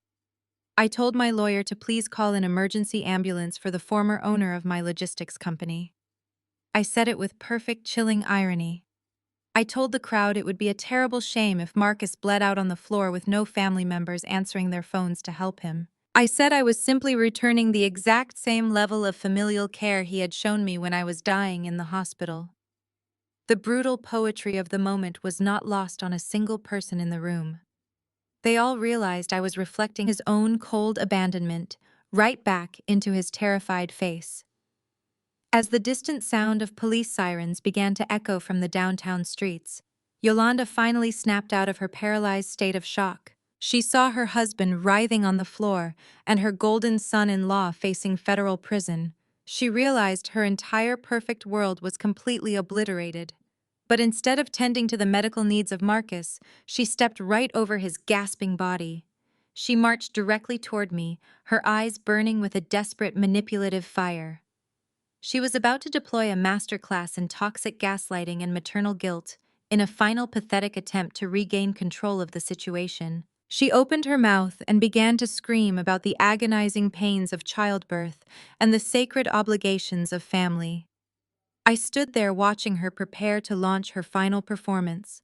She was the matriarch of manipulation, and I was the architect of her incoming demise. She raised her hands to the ceiling, weeping loud theatrical tears that she hoped would wash away the sins of her fraudulent existence. I looked at her carefully, observing every single fake tear dripping down her heavily contoured cheeks. I felt absolutely no pity for the woman who had happily banished me to the shadows so she could shine in the false light of her church. I took a deep, steady breath, preparing to dismantle the very core of her pathetic identity in front of the entire city of Atlanta. The ambulance sirens wailed louder, cutting through her dramatic screams. I adjusted the lapels of my custom crimson suit. I looked into her furious, weeping eyes and smiled. I knew the end was coming, and it was going to be an absolute masterpiece of strategic corporate retaliation against the woman who birthed me. Yolanda dropped heavily to her knees on the polished wooden stage, her purple evening gown pooling around her like spilled ink. She threw her hands up toward the vaulted ceiling of the sanctuary and let out a piercing theatrical wail that belonged in a daytime soap opera rather than a corporate execution. She was the undisputed queen of the megachurch, and she was deploying her absolute best performance to save her crumbling social empire. She wailed about the agonizing pains of childbirth and the sacred, unbreakable bonds of family. She told the shocked congregation that she had carried me in her womb for 9 long, grueling months and sacrificed her entire youth to give me a perfect life. She screamed that I had allowed the devil into my heart and let corporate greed turn me into an evil, vindictive monster. She cried out, asking the church elders how a daughter could stand on a holy stage and maliciously destroy the honorable father who provided for her. She was desperately trying to weaponize the deep cultural reverence for mothers that existed within our community. She wanted the older prominent members of the congregation to look at me with disgust and see a rebellious, disrespectful child instead of a highly successful businesswoman who had just exposed a massive criminal conspiracy. She dragged herself across the stage floor on her knees, reaching out to grab the hem of my tailored crimson trousers. She begged me to stop this madness and remember that family is the most important thing in the world. I stood perfectly still and looked down at the woman who had spent 30 years making me feel like a worthless burden. I did not step back or pull my trousers away from her grasping, manicured hands. I simply observed her performance with the cold, analytical detachment of a scientist watching a frantic insect in a glass jar. I noticed that despite her loud, agonizing wails, her carefully contoured makeup was completely intact because she was not actually crying a single real tear. There was absolutely no genuine sorrow or maternal heartbreak in her eyes. There was only a desperate feral panic because she knew she was losing her iron grip on the narrative. She was terrified that the wealthy politicians and the church board members were finally seeing the ugly, abusive reality hiding behind her expensive diamond jewelry and her hollow religious platitudes. For a brief, fleeting second, I remembered being a terrified teenager who would have done absolutely anything to make this woman proud. I remembered crying in my childhood bedroom, hoping she would just come upstairs and tell me she loved me. But the woman kneeling at my feet had never loved me. She only loved the perceived status and the superficial power that came from projecting a flawless image to complete strangers. I looked over at Malik, who was standing in the shadows of the audio-visual booth. I gave him a slow, deliberate nod. The massive high-definition screens behind me flickered, and the complex legal foreclosure documents vanished into the darkness. A bright new image flooded the sanctuary walls and illuminated the faces of the stunned elite guests. It was a massive, blown-up screenshot of the exact Instagram post Yolanda had uploaded while I was lying bleeding on the hospital floor. The high-resolution image showed Yolanda, Marcus, Chloe, and Brad standing on a sunlit balcony in Napa Valley holding glasses of expensive red wine with huge, ecstatic smiles on their faces. The caption was printed in bold, undeniable letters right below the photograph. I raised my microphone and read her own hateful words out loud, so the entire silent hall could hear them. I read finally a day without the drama from the problem child hashtag, Black excellence hashtag, family first. The words echoed through the massive church, bouncing off the crystal chandeliers and sinking deep into the minds of the congregation.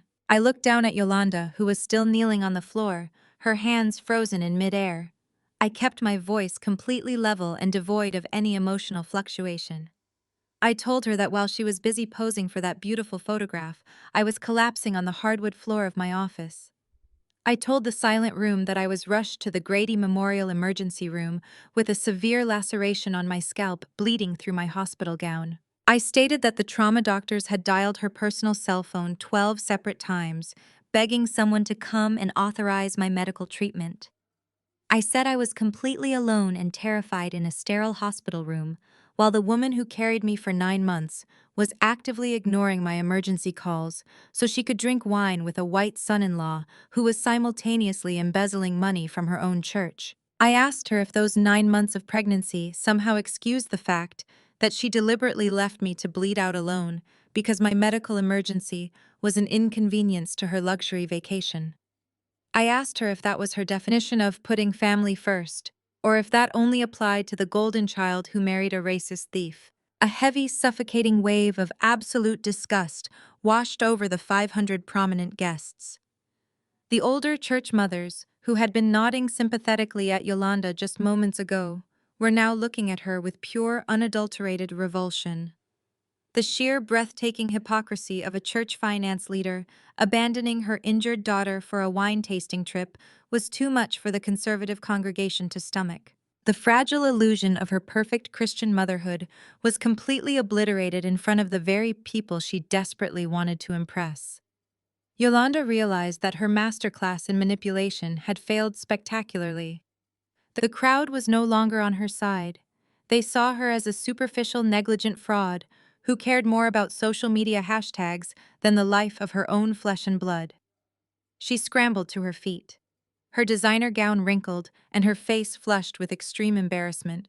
She tried to stammer out an excuse, claiming that her phone had no service at the resort, and she had absolutely no idea that I was actually injured. She said the caption was just a harmless family joke that had been terribly taken out of context. I did not let her finish her pathetic string of fabricated excuses. I stepped closer to her, invading her personal space and forcing her to look directly into my cold, dead eyes. I told her she was a pathetic liar who would rather protect a fake image than protect her own child. I said she wanted drama so badly that she manifested it into existence, and now she was going to drown in it. I told the entire room that I was not finished restructuring the financial reality of this toxic family. I said buying the $4 million debt of the logistics company was just the opening move of my corporate takeover. I raised my voice slightly, ensuring that my final decree would pierce through the tension in the sanctuary. I told Yolanda that when Marcus signed those fraudulent commercial loan documents, he was required to provide a massive physical asset as collateral to secure the funding. I watched the blood slowly drain from her face as the realization of my words finally hit her. She knew exactly what their most valuable asset was. She just never believed anyone would actually have the power to take it from her. I announced to the shocked congregation that the collateral for the defaulted loan was the sprawling suburban mansion in Buckhead, where Yolanda hosted her prestigious church book clubs and her elite charity dinners. I said Marcus had secretly mortgaged the roof over her head to save his dying trucking company and to hide the fact that he was completely broke. I told her that when my private equity firm purchased the commercial debt from the frantic bank, we also acquired the direct legal rights to the underlying collateral. I paused and let the absolute magnitude of my statement settle over the room. I told my mother that the bank had sold her beloved mortgage directly to me. I stated with complete and terrifying authority that I was now the sole legal owner of the $1 million estate she loved more than anything in the world. I said the deed was securely locked in my corporate vault, and she had absolutely no legal recourse to stop the impending foreclosure. Yolanda staggered backward, as if I had physically shoved her across the stage. She clutched her chest, her mouth opening and closing soundlessly as she struggled to pull oxygen into her panicking lungs. The mansion was her entire identity. It was the physical proof of her elevated status in the Black elite community of Atlanta. Without that massive house, she was just another broke woman with a failing marriage and a mountain of toxic debt. She shook her head violently, refusing to accept the brutal financial reality I had just dropped on her head. She screamed that I could not do this to her and that I was bluffing to scare her. She said the bank would never sell a residential mortgage to a vindictive child. I smiled a slow, dark smile that contained zero warmth. I told her she severely underestimated the sheer power of unlimited corporate capital. I said I did not just buy the mortgage, I bought the entire reality she lived in. I leaned in close and delivered the final fatal blow to her crumbling empire. I told her she had exactly 24 hours to pack her cheap imitation designer bags and vacate my house before my private security contractors arrived to throw her belongings into the street. The sheer brutality of my eviction notice sent a massive shockwave through the room. Chloe was still weeping on the floor next to her disgraced husband, mourning the loss of her fake boutique. Marcus was still lying near the wooden podium, clutching his chest and gasping for air as he waited for the ambulance. And now the great matriarch of the megachurch was officially homeless and publicly humiliated beyond repair. I had systematically dismantled every single pillar of their toxic existence in less than 30 minutes. I had taken their businesses, their properties, their money, and their carefully curated social reputations, and I had crushed them into fine dust under the heel of my Christian Louboutin stilettos. They had tried to destroy my life by stealing my identity and leaving me for dead, but I had returned as a corporate leviathan and swallowed their entire world whole. The heavy, suffocating silence in the sanctuary was suddenly shattered by a loud, piercing sound echoing from the streets outside the church complex. It was not just the familiar wail of the approaching ambulance coming to collect my gasping father from the stage floor. It was a massive, synchronized chorus of heavy police sirens blaring through the humid Atlanta night. The flashing red and blue lights began to reflect brightly against the high, stained glass windows of the megachurch, casting an eerie, frantic glow over the terrified faces of the congregation. The elite guests realized immediately that the authorities had arrived in full force, and nobody wanted to be caught in the middle of a massive federal crime scene. The wealthy politicians and the prominent business owners began to scatter in absolute horror, rushing toward the heavy wooden exit doors in a desperate, chaotic stampede to escape the impending arrests. They were abandoning my family just as quickly and ruthlessly as my family had abandoned me. The grand anniversary gala had officially transformed into a spectacular, inescapable nightmare, and I stood victorious in the center of the beautiful destruction. The flashing red and blue lights illuminated the stained glass windows of the megachurch, casting a frantic, dizzying glow over the absolute chaos unfolding inside the sanctuary. The heavy wooden double doors at the front of the hall burst open, and half a dozen uniformed Atlanta police officers stormed into the room, followed closely by 2 federal agents in dark windbreakers. The wealthy politicians and elite church members who had not already fled were now pressed against the walls, trying desperately to distance themselves from the radioactive center of the room. Brad realized his time was completely up. The arrogant smirk that usually lived on his face was entirely gone, replaced by the raw, primal terror of a trapped animal. He looked at the police officers, and then he looked at the side exit door near the choir loft. He made a desperate, foolish decision to run. He shoved his weeping wife Chloe out of the way, sending her crashing to the polished floor. He sprinted toward the side exit, his expensive navy suit jacket flapping behind him. He did not even make it 5 steps. I did not have to say a single word. The 2 massive private security contractors Malik had hired moved with terrifying speed and professional precision. They stepped directly into the path of the fleeing white savior and intercepted him with brutal efficiency. One of the guards grabbed Brad by the shoulder and slammed him face first onto the hardwood floor of the holy stage. The impact made a loud, sickening thud. Brad let out a pathetic gasp as the air was knocked completely out of his lungs. The guard pinned the struggling financial advisor to the ground, placing a heavy knee squarely between his shoulder blades. Brad squirmed and thrashed like a fish out of water, but he was absolutely powerless against the sheer physical force holding him down. The federal agents walked calmly onto the stage, stepping right over the spot where my father Marcus had just been loaded onto a stretcher by the paramedics. They looked down at Brad with cold, professional disgust. One of the agents pulled a pair of heavy steel handcuffs from his belt and secured the wrists of my brother-in-law tightly behind his back. The agent leaned down and read him his rights, reciting the devastating list of federal charges in a loud, clear voice so the remaining congregation could hear every single word. He stated that Brad was being placed under federal arrest for massive wire fraud, aggravated identity theft, and the systematic embezzlement of hundreds of thousands of dollars from a religious institution.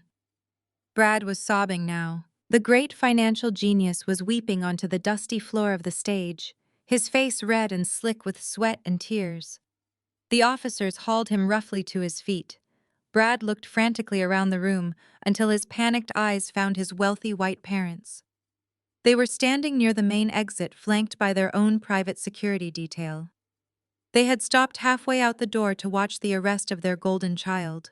Brad cried out to them, begging his father to call their high-powered legal team.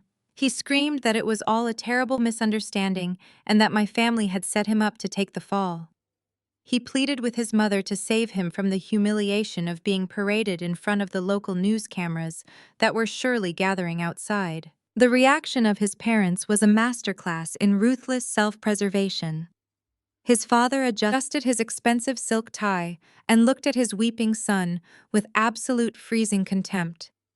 He did not see a son in need of help. He saw a massive liability that was going to destroy their pristine generational wealth and their flawless country club reputation. His father spoke in a loud, crisp voice, ensuring that the police officers and the church elders heard him clearly. He stated that their family had absolutely no association with a common thief who stole from a church to buy a luxury yacht for a cheap mistress. He said Brad was an utter embarrassment to their bloodline, and that they would not spend a single penny of their family fortune to defend a racist embezzler in federal court. His mother did not even shed a single tear. She simply turned her back on her screaming son and walked out the heavy church doors, disappearing into the humid Atlanta night. They disowned him on the spot, washing their hands of his existence the exact same way they would dispose of a bad stock investment. Brad wailed in pure agony as the reality of his total abandonment crashed down on him. His entire life of unearned privilege was evaporating into thin air. The police officers dragged the sobbing, broken man down the center aisle of the megachurch, hauling him away to face a decade in a federal penitentiary. Chloe was still sitting on the polished floor where her husband had violently shoved her. Her silver designer evening gown was ripped at the seam, and her expensive hair extensions were tangled and chaotic. She sat there trembling as she watched her entire fake universe collapse into dust. The police had just dragged her husband away in handcuffs. The paramedics were currently wheeling her father out the back doors on a medical stretcher. Her mother Yolanda was sitting slumped against a cocktail table, completely unresponsive to the world around her. Chloe realized with terrifying clarity that she had absolutely nothing left. The boutique she loved was officially seized and padlocked by my asset recovery team. The suburban mansion she thought was her safety net was currently owned by me and slated for immediate foreclosure. The offshore bank accounts she thought made her rich were completely frozen by the federal government. She was suddenly husbandless, homeless, and entirely broke. The golden child of the family was reduced to a weeping, shivering mess in the middle of a deserted sanctuary. She slowly turned her head and looked up at me. I was standing near the wooden podium, completely untouched by the absolute carnage surrounding me. My crimson suit was immaculate, and my posture was relaxed. Chloe scrambled onto her hands and knees. She crawled across the hardwood floor of the stage, her silver dress dragging behind her like a dirty rag. She crawled directly to my feet, stopping just inches away from my black Christian Louboutin stilettos. She looked up at me with mascara-stained tears streaming down her face. The arrogance and the petty cruelty that had defined her entire personality were completely gone. She reached out with shaking hands and grabbed the hem of my trousers.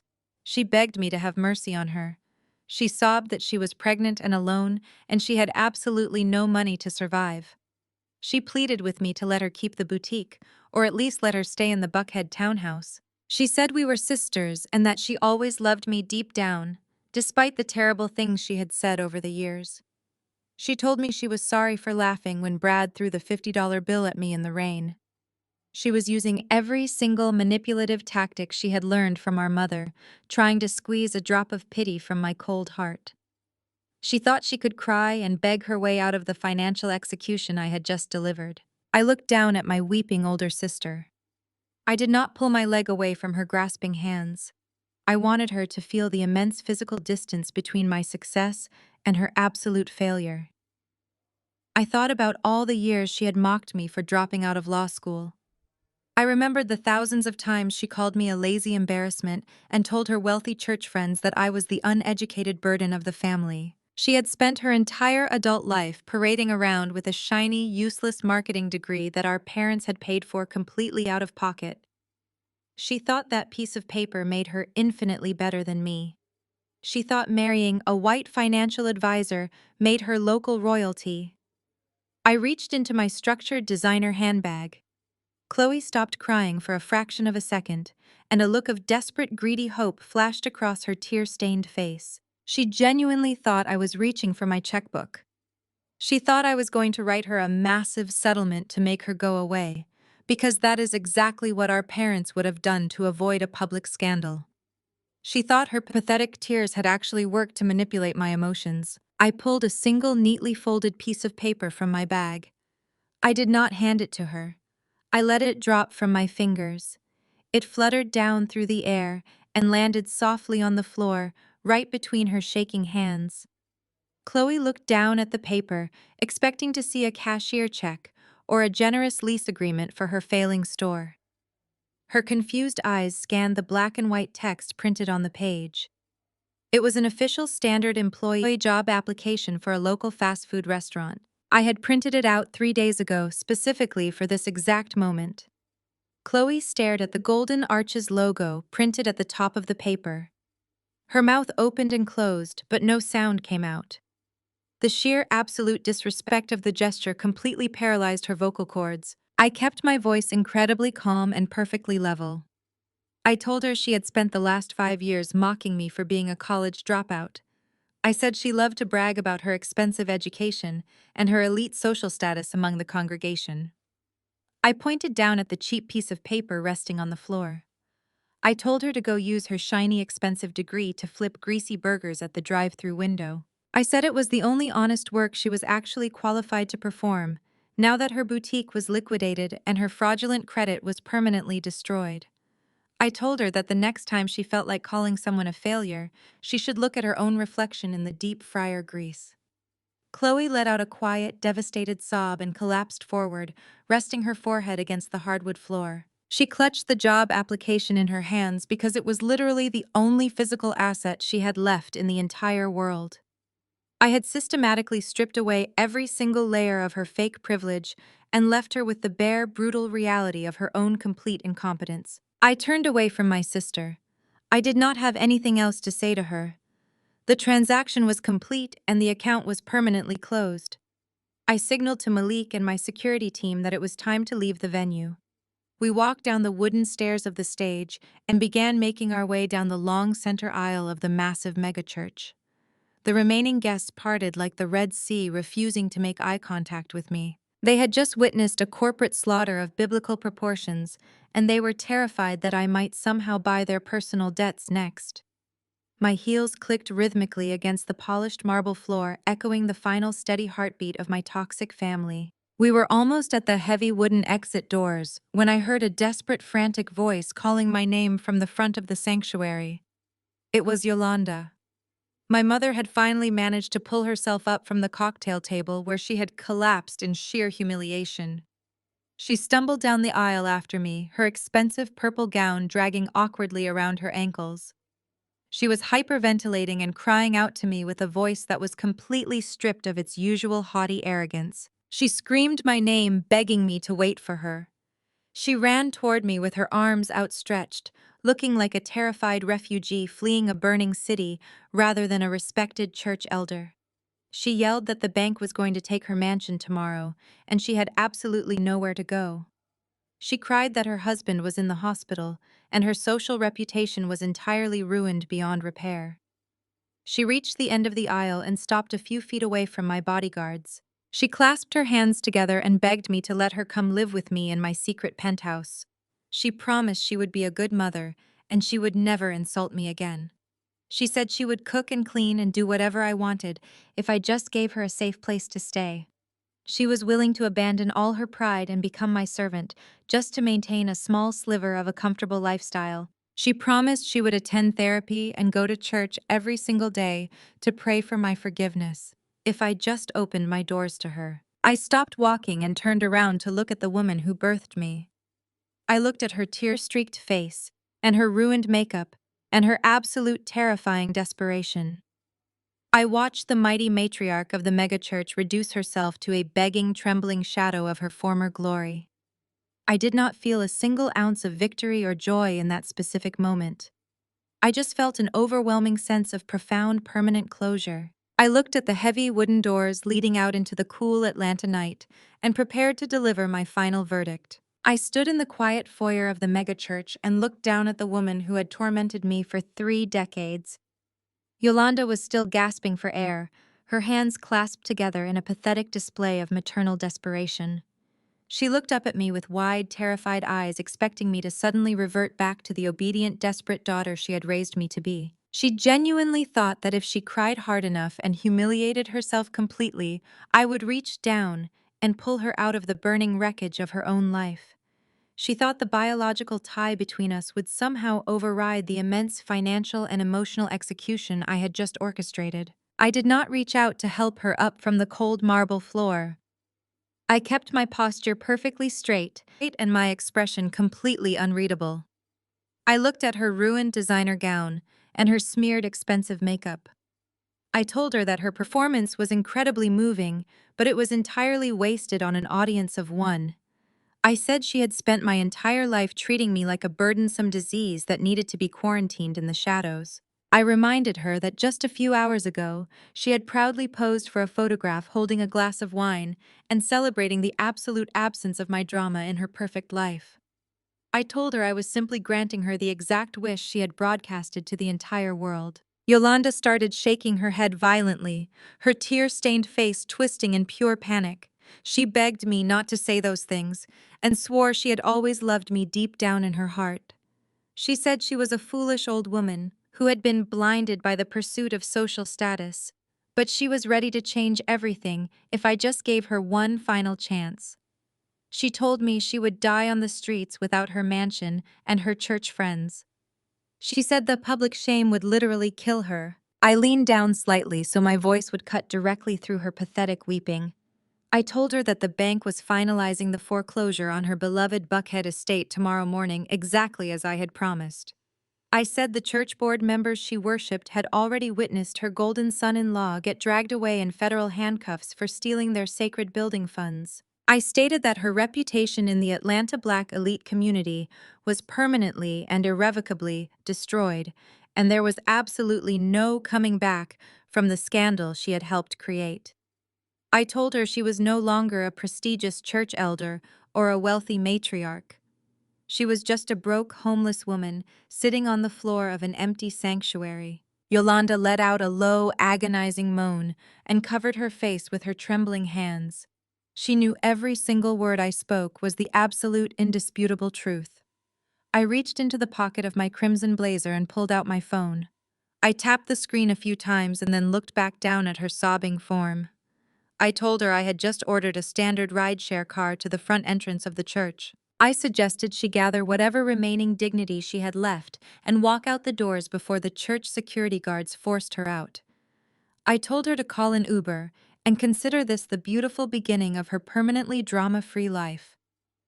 I turned my back on my weeping mother and walked out the heavy wooden doors into the cool, refreshing night air. I stepped into the back of my waiting Maybach and told the driver to take me home. My toxic bloodline was officially severed and my empire was completely secure. 3 months passed since the night I systematically dismantled my family at the anniversary gala. The humid Atlanta summer had transitioned into a crisp, golden autumn. I was standing by the floor-to-ceiling windows of my massive glass corner office, located on the top floor of the tallest commercial skyscraper in the city.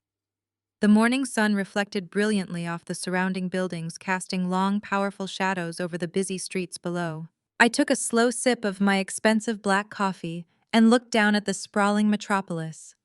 I was no longer the hidden anonymous shark hunting in the dark corners of the financial world. My hostile takeover of Marcus Logistics and the subsequent unmasking of the church embezzlement scandal had made massive waves in the corporate sector. I walked over to my expansive mahogany desk. Resting perfectly in the center of the polished wood was the latest issue of Black Enterprise magazine. My face was printed on the glossy front cover. I was wearing a sharp white tailored suit and looking directly into the camera lens with absolute cold confidence. The bold yellow headline printed beneath my name read "The Undisputed Queen of Distressed Assets." The feature article detailed my rapid rise in the private equity sector and how my firm ruthlessly acquired failing businesses and liquidated their toxic debts for massive margins. The business world viewed me as a terrifying corporate prodigy. They had absolutely no idea that my greatest and most ruthless acquisition was my own abusive family. The heavy glass doors of my office swung open, and Malik walked in carrying his signature black leather briefcase. He looked impeccably sharp in a tailored navy suit. He walked over to my desk and set the briefcase down with a satisfying thud.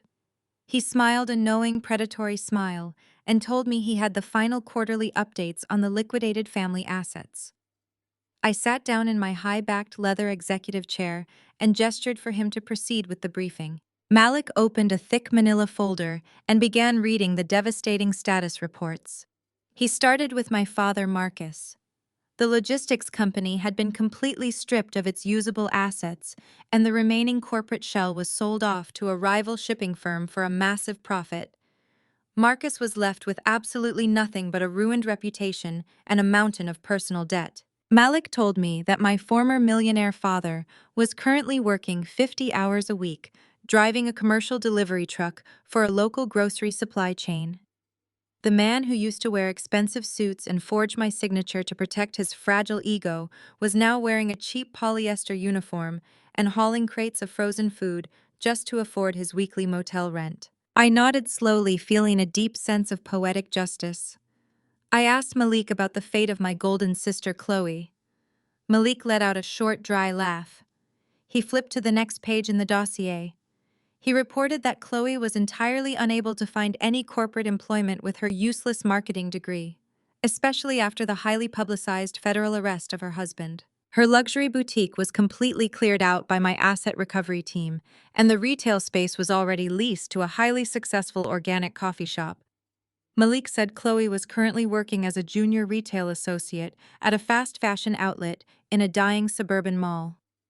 The woman who used to mock me for being an uneducated dropout was now spending her miserable days folding cheap synthetic sweaters and dealing with angry customers for minimum wage. She had been forced to move into a tiny, cramped apartment and was relying entirely on government assistance to support her upcoming child. The update on Brad was the most satisfying piece of the entire briefing.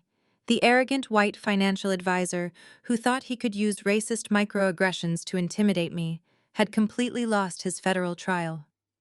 The audio recording I captured on my smartwatch combined with the mountain of bank transfer logs Malik had secured made his defense absolutely impossible. His wealthy white parents had legally disowned him and refused to pay for his legal representation, leaving him entirely at the mercy of an overworked public defender. The judge was deeply disgusted by his systematic theft from a minority religious institution. Malik confirmed that Brad had been sentenced to 10 years in a federal penitentiary with zero possibility of early parole. The luxury yacht he bought for his secret mistress was seized by the federal government and auctioned off to reimburse the megachurch building fund. His fake white savior complex had earned him a decade in a concrete cell. Finally, Malik turned to the last page of the report, detailing the current living situation of my mother, Yolanda. The foreclosure on the Buckhead mansion had been executed with ruthless efficiency. Yolanda was physically escorted off the premises by the county sheriff deputies clutching a single suitcase of her cheap imitation designer clothes. The elite congregation at the megachurch had immediately excommunicated her, holding her entirely responsible for bringing a thieving criminal into their sacred inner circle. The wealthy politicians and the church mothers who used to kiss her cheek now crossed the street to avoid making eye contact with her. Malik said she was currently living in a rundown efficiency apartment on the outskirts of the city. She spent her days posting desperate religious quotes on social media, hoping someone would feel sorry for her, but her comment section remained completely empty. The great matriarch who loved to destroy her daughter for an audience had been completely erased from the society she worshipped. I leaned back in my leather chair and let the sheer magnitude of my total victory wash over me. I had not just defeated them. I had systematically destroyed the very foundations of their toxic identities and forced them to live out the exact nightmares they had tried to inflict on me. I had taken their money, their pride, their status, and their freedom. They were completely neutralized as a threat to my peace. But true power was not just about destroying your enemies. True power was about reshaping the world in your own image and ensuring the cycle of abuse was permanently broken. I opened the top drawer of my desk and pulled out a thick-bound legal document. It was the final founding charter for my new philanthropic organization. I handed the document across the desk to Malik and told him to file it with the state immediately. I told him to transfer all the liquid cash we had seized from the foreclosure of the Buckhead mansion and the sale of the logistics company directly into the foundation accounts. Malik looked at the title of the document, and a genuine smile of deep respect crossed his face. It was the Zoya Resilient Scholarship Fund. I told Malik that the fund was going to be exclusively dedicated to providing massive financial grants and full-ride college scholarships to young ambitious students who were forced to drop out of higher education due to toxic, financially abusive, and narcissistic family structures. I was taking the stolen wealth of my abusers and using it to actively rescue other victims from the exact same darkness I had been forced to navigate alone. I was not just taking revenge on my family. I was rewriting the fundamental rules of the game to ensure people like them could no longer destroy the futures of brilliant, vulnerable children. Malik closed the leather briefcase and gave me a crisp, professional nod before walking out of the glass office to execute my final commands. I stood up from my desk and walked back over to the floor-to-ceiling windows. I poured myself a glass of incredibly expensive red wine from the private bar in the corner of the room.